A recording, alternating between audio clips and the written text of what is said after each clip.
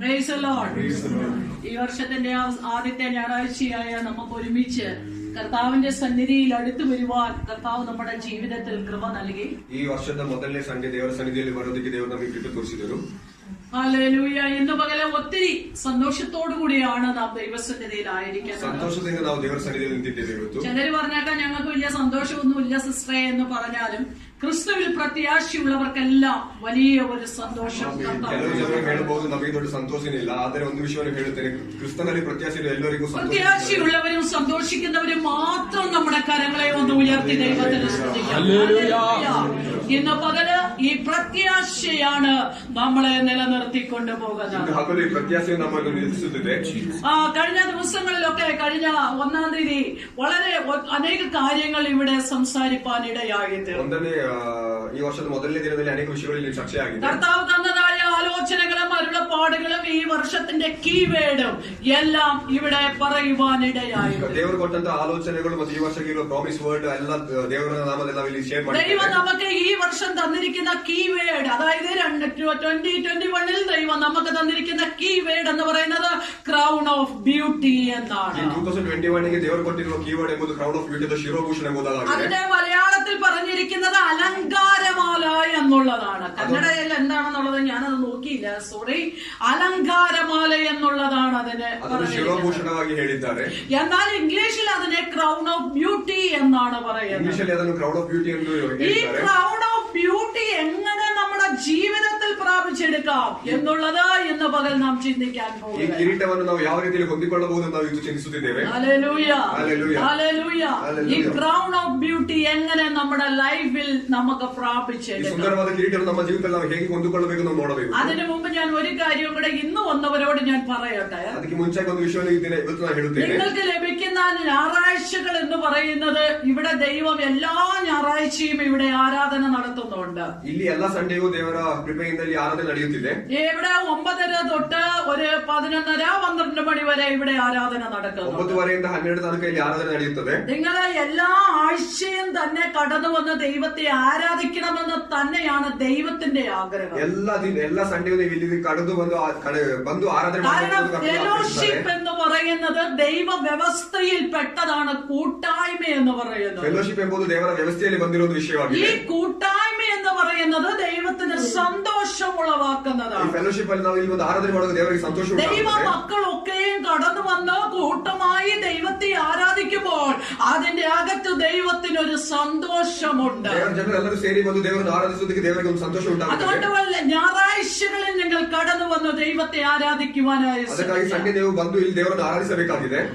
നിങ്ങൾ വീടുകളിൽ എല്ലാ ദിവസവും നിങ്ങൾ പ്രാർത്ഥന നിങ്ങളുടെ ജീവിതത്തിൽ ഉണ്ടായി. ಮನೆಯಲ್ಲಿ ಕುಳಿತುಕೊಳ್ಳುವವರು ಎಲ್ಲ ದಿನವೂ ನಿಮ್ಮ ಮನೆಯಲ್ಲಿ ಕುಳಿತು ಪ್ರಾರ್ಥನೆ ಮಾಡಬೇಕು. ഫാമിലി പ്രാർത്ഥന നിങ്ങൾക്കുണ്ടായി. ಫ್ಯಾಮಿಲಿ ಪ್ರೇಯರ್ ಎಲ್ಲ ದಿನವೂ ಖಂಡಿತವಾಗಿ ಮಾಡಬೇಕಾಗಿದೆ. പേഴ്സണൽ പ്രയർ നിങ്ങൾക്കുണ്ടായി. പേഴ്സണൽ ಪ್ರೇಯರ್ ನಿಮ್ಮ ಜೀವಿತದಲ್ಲಿ ಇರಬೇಕಾಗಿದೆ. ഇതൊക്കെ ഉണ്ടെങ്കിലാണ് നമ്മുടെ ആത്മീയ ജീവിതത്തെ നമുക്ക് വളർത്തിക്കൊണ്ടുവരുവാനായിട്ട്. ಇದೆಲ್ಲ ಇದ್ದರೆ ಮಾತ್ರ ನಮ್ಮ ಆತ್ಮೀಯ ಜೀವಿತವನ್ನು ನಮಗೆ ಬೆಳೆಸಿ ಬರಬಹುದಾಗಿದೆ. കാരണം ആത്മീയ ജീവിതത്തിൽ വളർച്ചയില്ലെങ്കിൽ നമുക്ക് കർത്താവിൽ നിന്നും ഒന്നും ലഭിക്കാൻ പോകുന്നില്ല. ആത്മീയ ജീവിതത്തിൽ ನಮಗೆ ಒಂದು ಬೆಳವಣಿಗೆ ಇಲ್ಲದಿದ್ದರೆ ನಮಗೆ ಕರ್ತನಿಂದ ಹೊಂದಿಕೊಳ್ಳಲು ಆಗುವುದಿಲ್ಲ. കഴിഞ്ഞ ദിവസം ദൈവത്തിന്റെ പരിശുദ്ധാത്മാവ്, ഇന്നലെയാണെന്ന് എനിക്ക് തോന്നുന്നു, ദൈവാത്മാവ് എന്നെ ഒരു വിഷൻ കാണിച്ചു. ಕರ್ತನ ಆತ್ಮನು ಇವರ ಒಂದು ವಿಷನ್ ತೋರಿಸಿದರು. ഇന്നലെ പകല് ദൈവസന്നിധിയിൽ താണിരുന്ന സമയത്ത് ನಿನ್ನೆ ಹಗಲು ಇವರು ದೇವರ ಸನ್ನಿಧಿಯಲ್ಲಿ ಪ್ರಾರ್ಥನೆ ಮಾಡುತ್ತಿರುವಾಗ കർത്താവ് എന്നോട് പറഞ്ഞതായ, എന്നെ കാണിച്ചതായ ഒരു വിഷനും അതിനോടനുബന്ധിച്ച് പറഞ്ഞതായ വിഷയവും ഞാൻ നിങ്ങളോട് ഷെയർ ചെയ്യുവാനാണ്. ಇವರಿಗೆ ತೋರಿಸಿದ ದರ್ಶನ ಮತ್ತು ಅದರೊಂದಿಗೆ ಮಾತನಾಡಿದ ವಿಷಯವನ್ನು ಶೇರ್ ಮಾಡುತ್ತಿದ್ದಾರೆ. കർത്താവ് പറഞ്ഞു, അനേക പാത്രങ്ങൾ എന്റെ പ്രസൻസിൽ കിടപ്പുണ്ട്. ಕರ್ತನು ಹೇಳಿದರು, ಅನೇಕ ಪಾತ್ರಗಳು ನನ್ನ ಸನ್ನಿಧಿಯಲ್ಲಿ ನಿಂತಿದೆ ಎಂದು. അനേക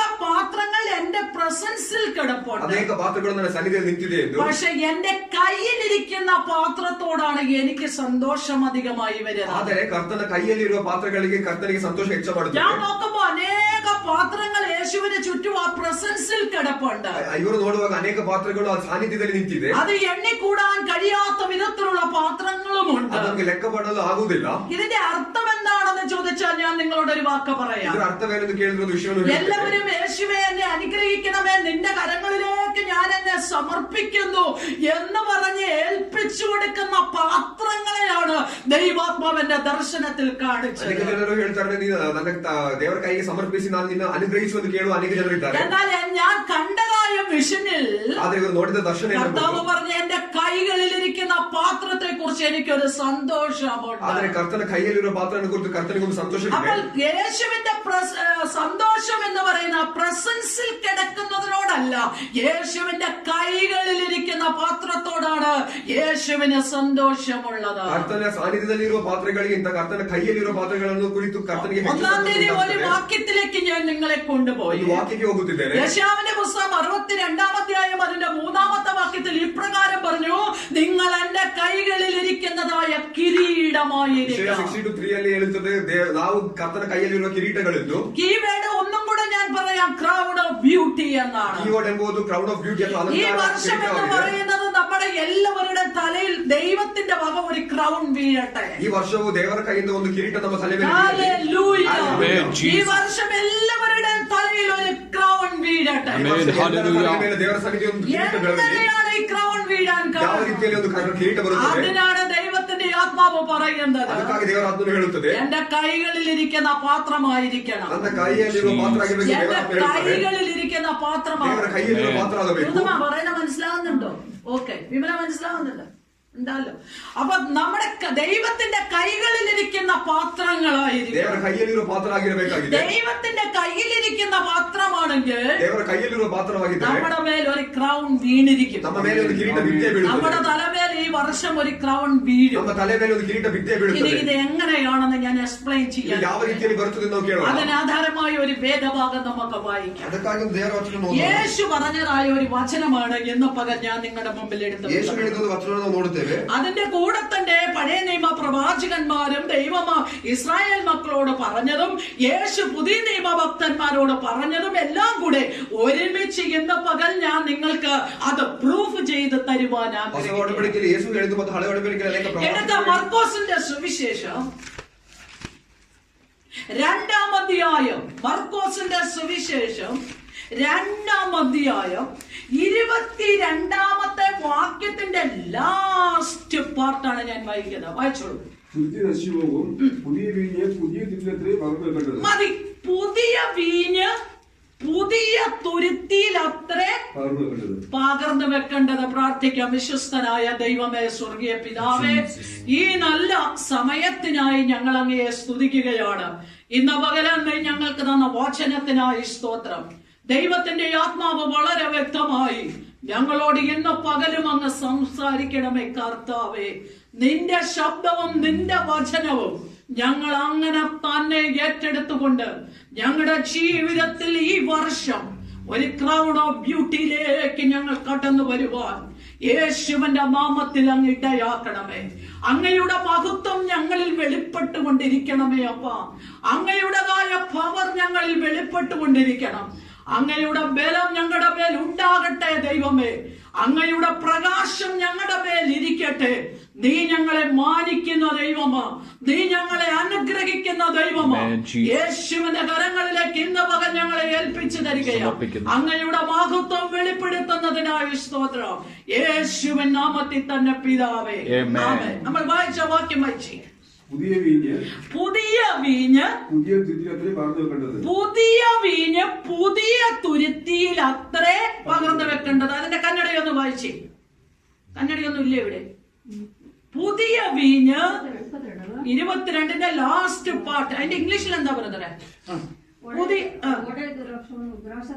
ರಸವು ಬುದ್ದಲಿಗಳು ಎರಡೂ ಕೆಟ್ಟು ಹೋಗುವು, ಆದರೆ ಹೊಸ ದ್ರಾಕ್ಷ ರಸವನ್ನು ಹೊಸ ಬುದ್ದಲಿಗಳಲ್ಲಿ ಹೊಸ ದ್ರಾಕ್ಷ ರಸವನ್ನು ಎದಿന്റെ ಅಗತ್താണ് ಹೇಳಿದನು. ಹೊಸ ದ್ರಾಕ್ಷ ರಸವನ್ನು ಹೊಸ ಬುದ್ದಲಿಗಳಲ್ಲಿ ಹಾಕಬೇಕು. ಇಲ್ಲ, English ಎങ്ങനെയാ? I know man put a new wine into old bottles, else the new wine do burst the bottles, and the wine is spilled, and the bottles will be marred, but new wine must be put into new bottles. Okay. ഇന്ന് നമ്മുടെ കർത്താവ് നമുക്ക് തന്നിരിക്കുന്ന വചനം പുതിയ തുരുത്തി, പുതിയ വീഞ്ഞ്. 2021-ന്റെ പ്രാരംഭ ഞായറാഴ്ച തന്നെ കർത്താവ് നമുക്ക് തരുന്നത് നമ്മളെ ഒരു പുതിയ തുരുത്തിയാക്കി വെക്കുക, അതായത് ഒരു ന്യൂ ബോട്ടിലാക്കുക, ഒരു ന്യൂ വൈനാക്കുക, അല്ലെങ്കിൽ ഹൊസ ദ്രാക്ഷരസമാക്കുക, അല്ലെങ്കിൽ അതിൻ്റെതായ പാത്രമാക്കി തീർക്കുക.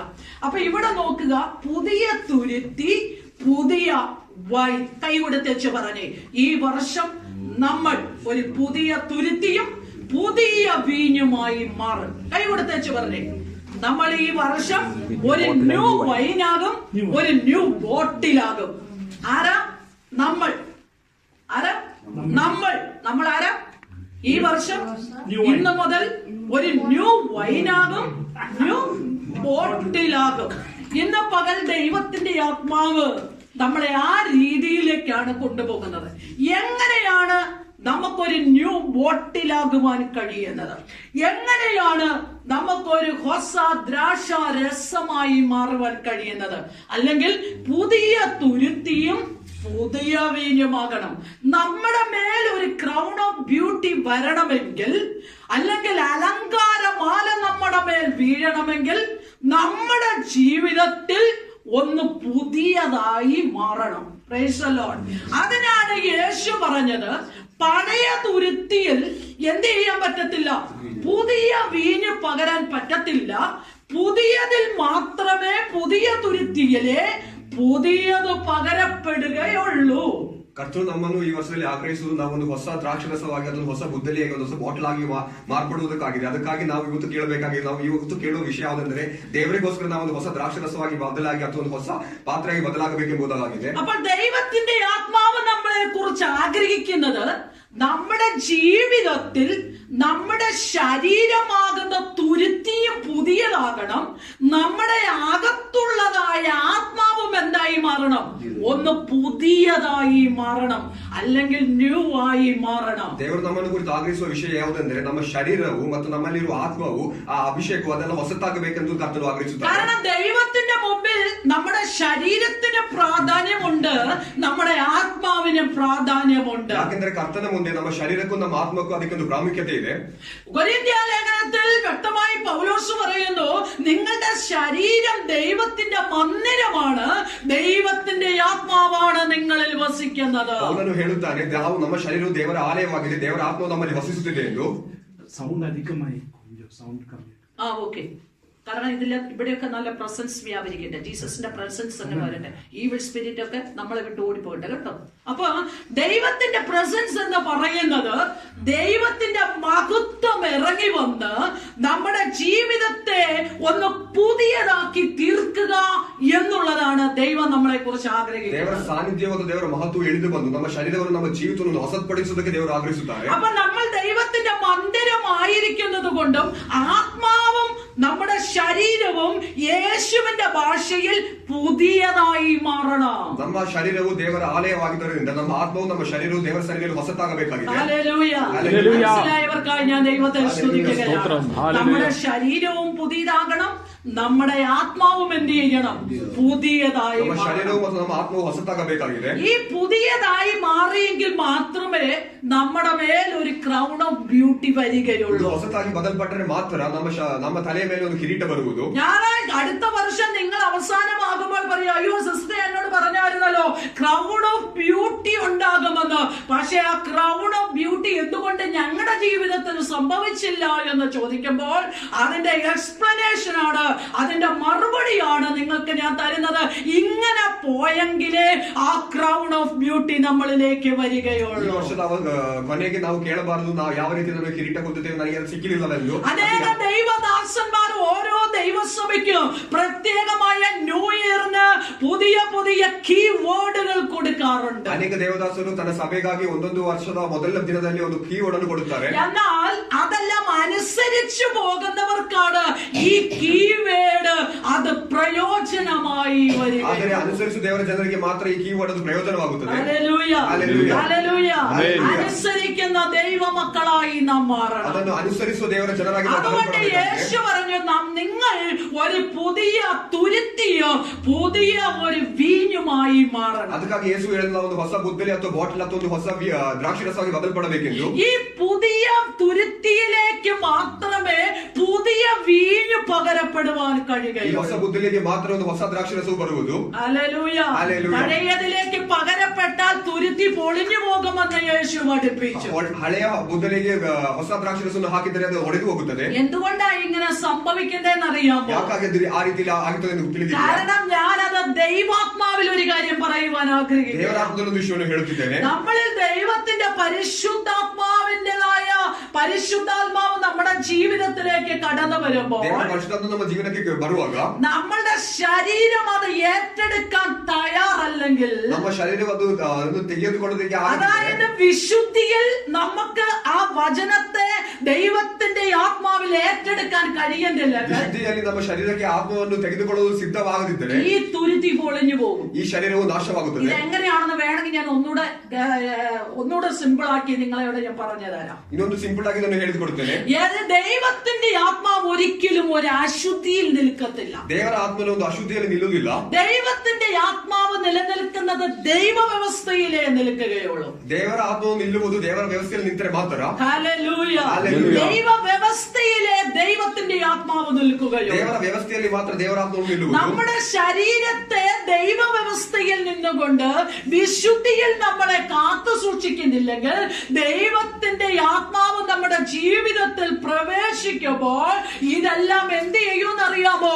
ഈ തുരുത്തിക്ക് രോഗങ്ങൾ വരും, പ്രശ്നങ്ങൾ വരും, കഷ്ടങ്ങൾ വരും, വേദനകൾ വരും. പിന്നെ എന്ത് വേണ്ട, ഇത് എന്തുകൊണ്ടാ ഇങ്ങനെ സംഭവിച്ചേ എന്ന് പറഞ്ഞ് നോക്കിക്കൊണ്ടിരിക്കേണ്ടി വരും. കാരണം എന്താണെന്നറിയാമോ? ദൈവത്തിന്റെ ആത്മാവിനെ സ്വീകരിക്കേണ്ട നിലയിൽ ശരീരത്തിൻ്റെതായ തുരുത്തിയെ വിശുദ്ധിയിൽ നിർത്താത്തത് കൊണ്ടാണ് നമ്മുടെ ജീവിതത്തിൽ അങ്ങനെ സംഭവിക്കുന്നത്. ನಮ್ಮ ಶರೀರವು ವಿಶುದ್ಧಿಯಲ್ಲಿ ನಾವು ಕಾಪಾಡದಿದ್ದರೆ ಅದಕ್ಕಿಂತ ಹೆಚ್ಚಾಗಿ ಒಂದು ದೇವರ ಅಭಿಷೇಕ ನಮ್ಮ ಮೇಲೆ ಬರುವಾಗ ಅದು ರೋಗವಾಗಿ ಅದೆಲ್ಲ ನಮ್ಮ ಶರೀರಕ್ಕೆ ಬದಲಾಗಲ್ಪಡುತ್ತದೆ. എല്ലാരും വളരെ പ്രാർത്ഥിക്കുന്നവരാ. ಎಲ್ಲರೂ ಅನೇಕ ದೊಡ್ಡ ಪ್ರಾರ್ಥನೆ എല്ലാവരും പ്രാർത്ഥിക്കുന്നത് എങ്ങനെയാണെന്ന് അറിയാമോ? ദൈവമേ എന്നെ അനുഗ്രഹിക്കണമേ. ಎಲ್ಲರೂ ಪ್ರಾರ್ಥಿಸಿದರೆ ನನ್ನನ್ನು ಅನುಗ್ರಹಿಸು ಎಂದು. എന്നാൽ എല്ലാരും അനുഗ്രഹത്തെ കുറിച്ചാ പ്രാർത്ഥിക്കുകയുള്ളൂ. ಎಲ್ಲರೂ ಅನುಗ್ರಹವನ್ನು ಕುರಿತು ಮಾತ್ರ ദൈവമേ ಪ್ರಾರ್ಥಿಸುತ್ತಾರೆ. എന്നെ ഒന്ന് ശുദ്ധീകരിച്ച് നേരെയാക്കണേ എന്ന് പറഞ്ഞ് പ്രാർത്ഥിക്കത്തില്ല. ನನ್ನನ್ನು ಶುದ್ಧಿಪಡಿಸುವುದು ಯಾರು ಕೇಳುವುದಿಲ್ಲ. എല്ലാവർക്കും ദൈവത്തിന്റെ അനുഗ്രഹം വേണം. ಎಲ್ಲರಿಗೂ ದೇವರ ಕೈಯಿಂದ ಅನುಗ್ರಹ പക്ഷെ ಬೇಕಾಗಿದೆ. ശുദ്ധീകരണത്തിൻ്റെതായ മനോഭാവത്തിലേക്ക് കയറി പോകത്തില്ല. ಆದರೆ ಶುದ್ಧೀಕರಣಕ್ಕೆ ಯಾರು ಹತ್ತಿ ಹೋಗುವುದಿಲ್ಲ. ഹല്ലേലൂയ. ഹല്ലേലൂയ. പക്ഷെ ഈ ശുദ്ധീകരണത്തിന്റെ മനോഭാവത്തിലേക്ക് വരാത്തത് കൊണ്ട്, ಈ ಶುದ್ಧೀಕರಣದ ಮನೋಭಾವಕ್ಕೆ ಬರದಿರುವುದರಿಂದ ദൈവ വ്യവസ്ഥയിൽ നിന്നുകൊണ്ട് ദൈവത്തിന് അനുഗ്രഹിക്കാൻ കഴിയുന്നില്ല. ದೇವರ ವ್ಯವಸ್ಥೆಯಲ್ಲಿ ನಿಂತುಕೊಂಡು ದೇವರಿಗೆ ಅನುಗ್ರಹಿಸುವುದು ಆಗುತ್ತಿಲ್ಲ. എന്നാൽ ഈ ശരീരവും ആത്മാവും ഒരുപോലെ ಆದರೆ ಶರೀರನು ಆತ್ಮವು ಒಟ್ಟಿಗೆ വിശുദ്ധിയിൽ നിലനിർത്തിക്കൊണ്ട് പോകുന്നവർക്ക് ವಿಶುದ್ಧಿಯಲ್ಲಿ ನಿಲ್ಲಿಸುವವರಿಗೆ ആ ദൈവത്തിന്റെ ആത്മാവിനെ ದೇವರ ಆತ್ಮವನ್ನು ശരീരത്തിൽ റിഫ്ലക്ട് ചെയ്യുവാൻ കഴിയുകയോ? ಶರೀರದಲ್ಲಿ ಹೊಂದಿಕೊಳ್ಳುವುದಕ್ಕೆ ಆಗುವುದು. Hallelujah. Hallelujah. Hallelujah. Hallelujah. Hallelujah. Hallelujah. ദൈവത്തിന്റെ ആത്മാവ് ശരീരത്തിൽ റിഫ്ലക്ട് ചെയ്യണമെങ്കിൽ, ದೇವರ ಆತ್ಮವು ಶರೀರದಲ್ಲಿ ಅದು ರಿಫ್ಲೆಕ್ಟ್ ಆಗಬೇಕಾದ್ರೆ അത് ദൈവത്തിന്റെ പ്രവൃത്തിയായി ಅದು വരണമെങ്കിൽ ದೇವರ ಒಂದು ಪ್ರವೃತ್ತಿಯಾಗಿ ಅದು നമ്മുടെ ಬರಬೇಕಾದ್ರೆ ശരീരത്തിന് ഒരു വിശുദ്ധി ഉണ്ടാകണം. ನಮ್ಮ ಶರೀರಕ್ಕೆ ಒಂದು ವಿಶುದ್ಧಿ ಬೇಕಾಗಿದೆ. ഹല്ലേലൂയ. ഹല്ലേലൂയ. Hallelujah. ദൈവത്തിന്റെ ആത്മാവ് നമ്മളെ ആ വിശുദ്ധിയിൽ നിൽക്കുവാനാണ് ದೇವರ ആഗ്രഹിക്കുന്നത്. ಆತ್ಮನು ನಮ್ಮನ್ನು ಆ ವಿಶುದ್ಧಿಯಲ್ಲಿ ನಿಲ್ಲಿಸಬೇಕು. നമ്മുടെ ശരീരം വിശുദ്ധിയിൽ നിൽക്കണം. ನಮ್ಮ ಶರೀರವು ವಿಶುದ್ಧಿಯಲ್ಲಿ നമ്മുടെ ನಿಲ್ಲಬೇಕಾಗಿದೆ. മാനസിക മേഖല വിശുദ്ധിയിൽ ನಮ್ಮ നിൽക്കണം. ಮಾನಸಿಕ ಮೇಘಲು ಪರಿಶುದ್ಧತೆಯಲ್ಲಿ ആ ನಿಲ್ಲಬೇಕಾಗಿದೆ. മാനസിക മേഖലയിൽ ശരീരവും വിശുദ്ധിയിൽ നിൽക്കുമ്പോഴാണ് ಆ ಮಾನಸಿಕ ಮೇಘ ദൈവത്തിന്റെ ആത്മാവ് നമ്മുടെ ഹൃദയത്തിൽ കടന്നു വരുമ്പോൾ, ದೇವರ ಆತ್ಮ ನಮ್ಮ ಶರೀರಕ್ಕೆ നമ്മുടെ ಬರುವಾಗ ജീവിതത്തിൽ വിടുതൽ വരുമ്പോ ನಮ್ಮ ಶರೀರದಲ್ಲಿ ಬಿಡುಗಡೆಯಾಗಿ ಬದಲಾಗುತ್ತದೆ. വിടുതലായി വരുന്നത്. ഹല്ലേലൂയ. ഹല്ലേലൂയ. നിങ്ങൾക്ക് മനസ്സിലായെന്ന് ഞാൻ ചിന്തിക്കട്ടെ.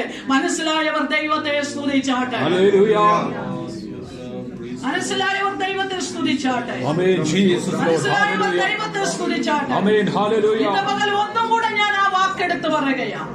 ദൈവത്തിന്റെ ആത്മാവിനെ സ്വീകരിപ്പാൻ ದೇವರ ಆತ್ಮವನ್ನು നമ്മുടെ ശരീരത്തെ വിശുദ്ധിയിലും നിർമ്മലതയിലും നിർത്തുന്നില്ലെങ്കിൽ ನಮ್ಮ ಶರೀರವನ್ನು ವಿಶುದ್ಧದಲ್ಲಿ ആ ಪರಿಶುದ್ಧದಲ್ಲಿ അനുഗ്രഹത്തെ ನಿಲ್ಲಿಸಿದರೆ നമുക്ക് ഏറ്റെടുക്കാൻ ಆ കഴിയുകയില്ല. ಅಭಿಷೇಕವನ್ನು ನಮಗೆ ಹೊಂದಿಕೊಳ್ಳಲು ಅಸಾಧ್ಯ. ಅದು ഏറ്റെടുക്കാൻ കഴിയത്തില്ല. ಆ ಅಭಿಷೇಕವನ್ನು ಹೊಂದಿಕೊಳ್ಳಲು ಸಾಧ್ಯವಿಲ್ಲ. എന്തുകൊണ്ടാ പിശാച് നമ്മളോട് പോരാടി നിൽക്കുന്നത്? ಯಾಕಾಗಿ ಸೈತಾನ ನಮ್ಮೊಂದಿಗೆ ಹೋರಾಡಿ ನಿಲ್ಲುತ್ತಾನೆ? നമ്മുടെ ശരീരത്തെ വിശുദ്ധിയിൽ നിർത്തുന്നില്ല. ನಮ್ಮ ಶರೀರವನ್ನು ನಾವು ವಿಶುದ್ಧಿಯಲ್ಲಿ ನಿಲ್ಲಿಸುತ್ತಿಲ್ಲ. നമ്മൾ ആ ദൈവ വ്യവസ്ഥയിൽ നിൽക്കുന്നില്ല. ನಾವು ದೇವರ ವ್ಯವಸ್ಥೆಯಲ್ಲಿ ನಿಲ್ಲುತ್ತಿಲ್ಲ. ശത്രുവിന്റെ പോരാട്ടം എന്തുകൊണ്ടാണ് നമ്മളിലേക്ക് അത് യേശുന്നത്? ಶತ್ರುವಿನ ಹೋರಾಟ ಯಾಕಾಗಿ ആ ನಮಗೆ ಬರುತ್ತಿದೆ? റൂട്ടിൽ നമ്മൾ നിൽക്കുന്നില്ല. ದೇವರ ದಾರಿಯಲ್ಲಿ ನಾವು ನಿಲ್ಲುತ್ತಿಲ್ಲ. ചിലതൊക്കെ ദൈവം അങ്ങ് ഈ പെർമിഷൻ കൊടുക്കും. യോവിനൊക്കെ പെർമിഷൻ കൊടുത്തതാണ്. ಕೆಲವೆಲ್ಲ ದೇವರು ಒಪ್ಪುತ್ತಾರೆ. പക്ഷെ ലാസ്റ്റ് വന്നപ്പോൾ സാത്താൻ പരാജയപ്പെട്ടു പോയി. ಆದ್ರೆ ಯೋಬನ ಜೀವಿತದ ಕುರಿತು ನಾವು ನೋಡುವಾಗ ಸೈತಾನ ಸೋತು ಹೋದನು. കാരണം ദൈവത്തിന്റെ പ്രവൃത്തി അവിടെ യോബിന്റെ അടുക്കൽ ഇറങ്ങി. ಯಾಕಾಗಿ ದೇವರ ಮಹತ್ವ ಅಲ್ಲಿ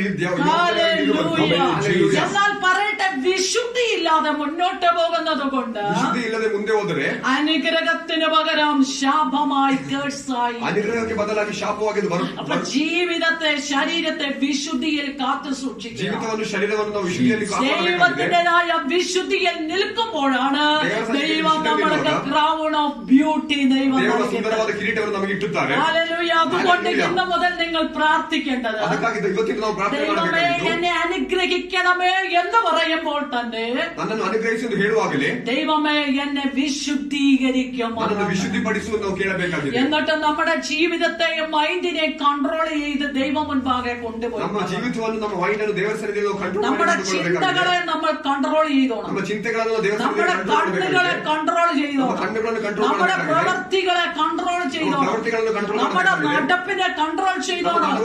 നമ്മുടേതായ എല്ലാ മേഖലകളെയും കൺട്രോൾ ചെയ്തു കൊള്ളണം. എന്നിട്ട് ശരീരത്തെ വിശുദ്ധിയിൽ നിർത്തണം. അങ്ങനെ വിശുദ്ധിയിൽ നിൽക്കുന്ന ദൈവ പൈതലന് ക്രൗൺ ഓഫ് ബ്യൂട്ടി അനുഭവിക്കുവാനിടയായി. അങ്ങനെ ഉള്ളവരുടെ മേലാണ് ഈ ക്രൗൺ വീഴുന്നത്. ഹല്ലേലൂയ. ഇവിടെ പൗലോസ് ഒന്നും കൂടെ വിശദീകരിച്ച് നമ്മളെ പഠിപ്പിക്കുകയാണ്. യേശു ഇത് പറഞ്ഞു. എന്നാൽ പൗലോസിനോട് ദൈവത്തിന്റെ ആത്മാവ് പറഞ്ഞു കൊടുത്തതിന്റെ അടിസ്ഥാനത്തിൽ പൗലോസ് കുറച്ചുകൂടെ നന്നായി ഇത് വിശദീകരിച്ച് നമുക്ക് നൽകി തരിക. എഫേസ്യ ലേഖനം 4-ാം അധ്യായം അതിന്റെ 23-24 വാക്യങ്ങൾ. എഫേസ്യ ലേഖനം 4-ാം അധ്യായം അതിന്റെ 23-24 വാക്യങ്ങൾ വായിച്ചോളൂ. പഴയ മനുഷ്യനെ ഉപേക്ഷിച്ച് നിങ്ങളുടെ ഉള്ളിലെ ആത്മാവ് പഴയ മനുഷ്യനെ ഒക്കെ നിങ്ങൾ ഉപേക്ഷിച്ചു കളഞ്ഞ് നിങ്ങളുടെ ഉള്ളിലെ ആത്മാവ് സംബന്ധമായി പുതുക്കം പ്രാപിച്ചു കൊള്ളണം. അപ്പൊ പഴയ മനുഷ്യനെയൊക്കെ ഇത് പാപം ചെയ്തുകൊണ്ടിരുന്ന മനുഷ്യനെ, പാപത്തിന്റെ ചിന്തകൾ ഉണ്ടായിരുന്ന മനുഷ്യനെ, പാപത്തിന്റെ നോട്ടമുണ്ടായിരുന്ന മനുഷ്യനെ, പാപത്തിന്റെ പ്രവർത്തികൾ ഉണ്ടായിരുന്ന മനുഷ്യനെ അങ്ങ് മാറ്റിക്കളഞ്ഞിട്ട് എന്ത് ചെയ്യണമെന്നാ പറഞ്ഞത്? ആത്മാവിന്റെ ഒരു പുതുക്കം പ്രാപിക്കണം. അതാണ് പുതിയ വീഞ്ഞ്. ഈ വീഞ്ഞ് എന്നൊക്കെ പറയുന്നതുണ്ടല്ലോ, ദൈവത്തിന്റെ പരിശുദ്ധാത്മാവിനെയാണ് കാണിക്കുന്നത്. ദൈവത്തിന്റെ പരിശുദ്ധാത്മാവിനെയാണ് വീഞ്ഞെന്ന് പറഞ്ഞ് കാണിക്കുന്നത്. അതുകൊണ്ട് പറയുകയാണ്, പഴയ മനുഷ്യനെ അങ്ങോട്ടേക്ക് മാറ്റി നിർത്തിയേക്കണം. 2020 മനുഷ്യൻ ഇനി മേലാൽ എവിടെ വരരുത്? 2021 വരരുത്. ഹല്ലേലൂയ. 2020 മനുഷ്യനെ എടുത്ത് 2021 കൊണ്ടുവരരുത്. കാരണം ദൈവമായ കർത്താവ് ഒരു പുതിയ വീഞ്ഞ് പകരപ്പെടുവാൻ ആഗ്രഹിക്കുകയാണ്. എങ്ങനെയാണ്? നിങ്ങളുടേതായ പുതുക്കം, നിങ്ങളുടെ ആത്മാവിനൊരു പുതുക്കം നൽകി തരാൻ പോകുകയാണ്. അപ്പൊ എങ്ങനെയാണ്? നമ്മുടെ ആത്മാവിന് എങ്ങനെയാണ്? ഒന്ന് റിന്യൂ ചെയ്തെടുക്കുകയാണ്, പുതുക്കം നൽകി തരികയാണ്. വായിച്ചേ. ശരീരത്തിന്റെ ഫലമായ നീതിയിലും വിശുദ്ധിയിലും പൗലോസ് അവിടെ പിന്നെയും എടുത്തു പറയുകയാണ്, സത്യത്തിനൊരു ഫലമുണ്ട്. എന്താ ഫലം? നീതി, വിശുദ്ധി. മെല്ലെ പോവാം. ഹല്ലേലൂയ. ഞാൻ ഓടിച്ചു വിട്ട് കഴിഞ്ഞാൽ നിങ്ങൾക്ക് പലതും മനസ്സിലാകത്തില്ല. ഈ സത്യത്തിനൊരു ഫലമുണ്ട്. ഏത്? വിശുദ്ധിക്ക് ഒരു ഫലമുണ്ട്. നമ്മുടെ ശരീരത്തെ വിശുദ്ധിയിൽ സൂക്ഷിച്ചു കഴിഞ്ഞാൽ അതിനൊരു ഫലമുണ്ട്. സത്യത്തിനൊരു ഫലമുണ്ട്. അതെന്താണ്? ഒന്ന് നീതിയാണ്, രണ്ടാമത്തത് എന്താണ്? വിശുദ്ധിയാണ്. അപ്പൊ നീതിയും വിശുദ്ധിയും ജീവിതത്തിൽ ഉണ്ടെങ്കിൽ നമ്മുടെ ആത്മാവിന് എന്തുണ്ട്? ഒരു പുതുക്കമുണ്ട്. കാര്യം മനസ്സിലായോ? നീതിയും വിശുദ്ധിയും ഉണ്ടെങ്കിൽ നമ്മുടെ ആത്മാവിന് എന്തുണ്ട്? പുതുക്കമുണ്ട്. എത്ര വർഷങ്ങളായി രക്ഷിക്കപ്പെട്ടിട്ട്? എത്ര വർഷങ്ങളായി? മര്യാദക്ക് ഇപ്പോഴും ഒരു അന്യഭാഷ പറയാൻ അറിയാവോ? എത്ര വർഷമായി സ്നാനപ്പെട്ടിട്ട്? ഇപ്പോഴും ഒന്ന് ആത്മാവിൽ പാടാൻ അറിയാവോ? ആത്മാവിൽ ആരാധിക്കാൻ അറിയാവോ? ഇപ്പോഴും എന്താണ്? ഒന്ന് കർത്താവിന്റെ സന്നിധിയിൽ ഇരുന്ന് ദൈവത്തിൽ നിന്ന് പ്രാപിച്ചെടുക്കുന്ന ഒരു അനുഭവം ഇപ്പോഴും അറിയാവോ? എന്താ സംഭവിച്ചത്? സത്യത്തിൽ നിന്ന് മാറിപ്പോയി. അതുകൊണ്ട് എന്ത് സംഭവിച്ചു? നീതി ഇല്ലാതെയായി പോയി, വിശുദ്ധി ഇല്ലാതെയായിപ്പോയി. അതുകൊണ്ട് ദൈവത്തിന്റെ ആത്മാവാകുന്ന ദൈവത്തിന്റെ പരിശുദ്ധാത്മാവിന് എന്ത് ചെയ്യാൻ കഴിഞ്ഞില്ല? മനസ്സൊന്ന് പുതുക്കിയെടുക്കാൻ കഴിഞ്ഞില്ല. ನಾವು 2022 ಮನುಷ್ಯರಾಗಿ ನಾವು 21ಕ್ಕೆ ಬರಬಾರದು. ಆಗ 2020 ನಾವು ಮಾಡಿದ ಪಾಪ, 21 ನಾವು ನೋಡಿದ ಪಾಪ, 21 ನಾವು ಮಾಡಿದ ಕ್ರಿಯೆಗಳನ್ನು ನಾವು ಬಿಟ್ಟು 21ಕ್ಕೆ ಬರುವ ನಾವು ಹೊಸದಾಗಿ ಒಂದು ಮನುಷ್ಯನಾಗಿ ಬೇರ್ಪಟ್ಟು ನಾವು ಬರಬೇಕಾಗಿದೆ. ಅದೇ ರೀತಿ ನಾವು ವಚನದಲ್ಲಿ ಓದುತ್ತೇವೆ, ನಮ್ಮ ಸತ್ಯದಲ್ಲಿ ನಡೆಯುವುದಕ್ಕೆ 2 ಫಲವಿದೆ, ಅದು ನೀತಿಯು, ಅದು ಪರಿಶುದ್ಧತೆಯೂ ಆಗಿದೆ. ಆ ರೀತಿಯಲ್ಲಿ ನಡೆದರೆ ಮಾತ್ರ ನಮ್ಮ ಜೀವಿತದಲ್ಲಿ ಒಂದು ನವೀಕರಣ, ನಮ್ಮ ಆತ್ಮದ ಒಂದು ಹೊಸತಾಗಿ ಬದಲ್ಪಡೋದು ಸಾಧ್ಯವೆಂದು ದೇವರ ವಚನವು ಹೇಳುತ್ತದೆ. 2021 പറയുന്നത് നമ്മുടെ ജീവിതത്തിൽ എന്തുണ്ടായിരിക്കണം? ഒരു നീതി ഉണ്ടായിരിക്കണം, എന്തുണ്ടായിരിക്കണം? വിശുദ്ധി ഉണ്ടായിരിക്കണം. ഇതുണ്ടെങ്കിൽ മാത്രമാണ് നമ്മുടെ തലമേൽ എന്ത് വരികയുള്ളൂ? ക്രൗൺ ഓഫ് ബ്യൂട്ടി വരികയുള്ളൂ. 2021 ನಮ್ಮ ಜೀವಿತದಲ್ಲಿ ಪರಿಶುದ್ಧತೆ ಮತ್ತು ನೀತಿಯು ಇರಬೇಕಾಗಿದೆ. ಅದಿದ್ದರೆ ಮಾತ್ರ ನಮ್ಮ ಜೀವಿತದಲ್ಲಿ ಸುಂದರವಾದ ಕಿರೀಟ. അപ്പോൾ നീതിയും വിശുദ്ധിയും നമ്മുടെ ലൈഫിൽ ഉണ്ടായിരിക്കണം. നീതി ಮತ್ತು ಪರಿಶುದ್ಧತೆ ನಮ್ಮ ಜೀವಿತದಲ್ಲಿ ಇರಬೇಕಾಗಿದೆ. പൗലോസ് ഒന്നുകൂടെ വിശദീകരിക്കുകയാണ് കൊലോസ്യർ 3:10. കൊലോസ്യർ 3:10 പൗലോസ് ഒന്നും കൂടെ വിശദീകരിച്ച് നമ്മളെ മനസ്സിലാക്കിയ വായിച്ചോളൂ. തന്നെ സൃഷ്ടിച്ചവന്റെ പ്രതിമപ്രകാരം, തന്നെ സൃഷ്ടിച്ചവന്റെ പ്രതിമപ്രകാരം പരിജ്ഞാനത്തിനായി പുതുക്കം പ്രാപിക്കുന്ന പുതിയ മനുഷ്യനെ ധരിച്ചിരിക്കുന്നു. പരിജ്ഞാനത്തിനായി പുതിയ മനുഷ്യനെ സൃഷ്ടിച്ചല്ലോ, ധരിച്ചിരിക്കുന്നല്ലോ. ആ വാക്യം ഒന്നും കൂടെ വായിച്ചോളൂ. തന്നെ സൃഷ്ടിച്ചവന്റെ പ്രതിമപ്രകാരം പരിജ്ഞാനത്തിനായി പുതുക്കം പ്രാപിക്കുന്ന പുതിയ മനുഷ്യനെ ധരിച്ചിരിക്കുന്നു. പുതുക്കം പ്രാപിക്കുന്ന പുതിയ മനുഷ്യനെ എന്ത് ചെയ്യുകയാണ്? ധരിച്ചിരിക്കുക. ഈ 2021 ആദ്യത്തെ ഞായറാഴ്ച തന്നെ ഇവിടെ വന്നിരിക്കുന്ന എന്താണെന്നറിയാമോ? ഇന്ന് മുതൽ നമ്മുടെ ജീവിതത്തിൽ എന്തുണ്ടായിരിക്കണം? പുതുക്കം പ്രാപിച്ച, അതായത് ജീവിതത്തിൽ മാറ്റം വന്ന ഒരു പുതിയ മനുഷ്യനെ എന്ത് ചെയ്തോളണം? നാം ധരിച്ചു കൊള്ളണം. അങ്ങനെ ധരിക്കുന്നവർക്കാണ് ഏത് വീഴുകയുള്ളൂ? ക്രൗൺ ഓഫ് ബ്യൂട്ടി വരികയുള്ളൂ. ഹല്ലേലൂയ. ഇതെന്തിനാ കർത്താവ് ഇരുത്തി പഠിപ്പിക്കണമെന്നറിയാം. ഞാൻ ഈ വിഷയം ഇന്ന് പകൽ ഇവിടെ എടുത്തുകൊണ്ട് വന്നതും അന്നത്തതിന് ശേഷം 1-ാം തീയതിക്ക് ശേഷം ദൈവാത്മാവ് എന്നോട് പറഞ്ഞു, ഇതെങ്ങനെ പ്രാപിച്ചെടുക്കാമെന്ന് ദൈവജനങ്ങളെ പഠിപ്പിക്കണം. അതുകൊണ്ട് ഞാൻ കർത്താവിനോട് ചോദിച്ചു, ഇത് എങ്ങനെ വിശദീകരിക്കാൻ കഴിയും, എങ്ങനെ എനിക്ക് പഠിപ്പിക്കാൻ കഴിയും? അപ്പൊ കർത്താവ് പറഞ്ഞു, സകലവും പുതിയതായി വരുന്ന ചില വിഷയങ്ങളിൽ ഞാൻ നിന്നെ പ്രവേശിക്കാൻ പോകുകയാണ്. അതിനനുസരിച്ചുള്ള വചനങ്ങളും ഞാൻ നിന്റെ ജീവിതത്തിൽ നൽകി തരും.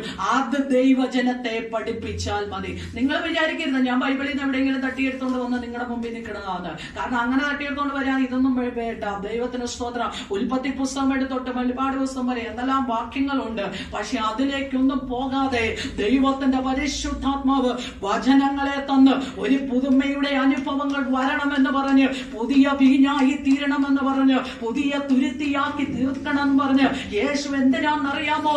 ഈ വചനം തന്നു അപ്പോസ്തലന്മാർ ഒന്നുകൂടെ വിശദീകരിച്ചു തന്നതുമായ വചനത്തിലേക്ക് ഇന്ന് പകൽ ദൈവാത്മാവിനെ നടത്തുന്നുണ്ടെങ്കിൽ, ദൈവമക്കളെ, നിങ്ങൾക്ക് അറിയാതെ ഇരുന്നിട്ട് നിങ്ങളുടെ മേൽ എന്ത് ചെയ്യരുത്?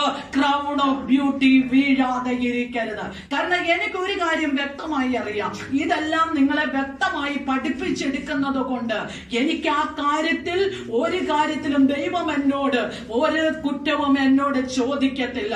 കാരണം നിങ്ങളെ പഠിപ്പിക്കാതെ ഇരുന്നിട്ടുണ്ടെങ്കിൽ കർത്താവ് ചോദിക്കും, നീ എന്തുകൊണ്ട് നിന്നെ പഠിപ്പിച്ചില്ല? ഞാൻ നിന്നോട് പറഞ്ഞതല്ലേ.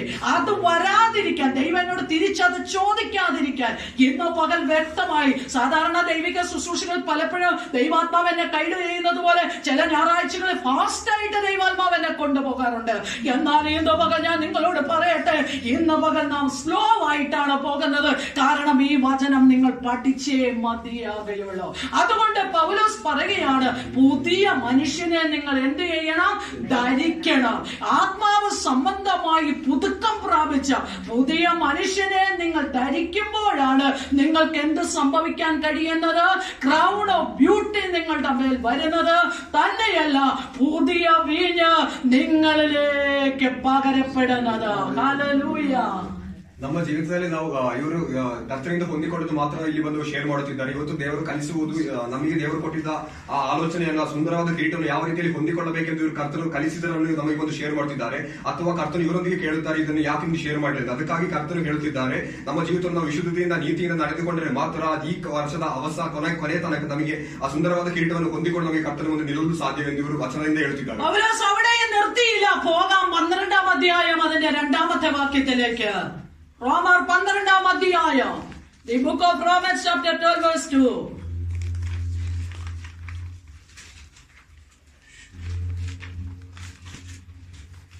റോമർ 12-ാം അധ്യായം അതിന്റെ 2-ാമത്തെ വാക്യം. ഈ ലോകത്തിന് അനുരൂപമാകരുത്. ഈ ലോകത്തിന് അനുരൂപമാകരുത്. ശരിക്കും കേട്ടുകൊള്ളണം. ഈ ലോകത്തിന്, വിമലെ മനസ്സിലാകുന്നുണ്ടോ? അപ്പൊ ഈ ലോകത്തിന് എന്ത് ചെയ്യരുത്? അനുരൂപരാകരുത്. 12-ാം അധ്യായം റോമാലേഖനം 12:2.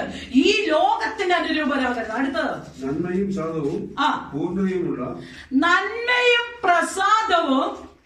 ശരിക്കും ശ്രദ്ധിച്ചു കേട്ടോണം. ഒന്ന് നന്മ, പ്രസാദം, പൂർണ്ണതയുമുള്ള ദൈവഹിതം. നിക്ക് ഏതൊക്കെ കാര്യങ്ങളാ? ഒന്ന് നന്മ ചെയ്യണം. ഹല്ലേലൂയ. പിന്നെ അടുത്തത് എന്താ?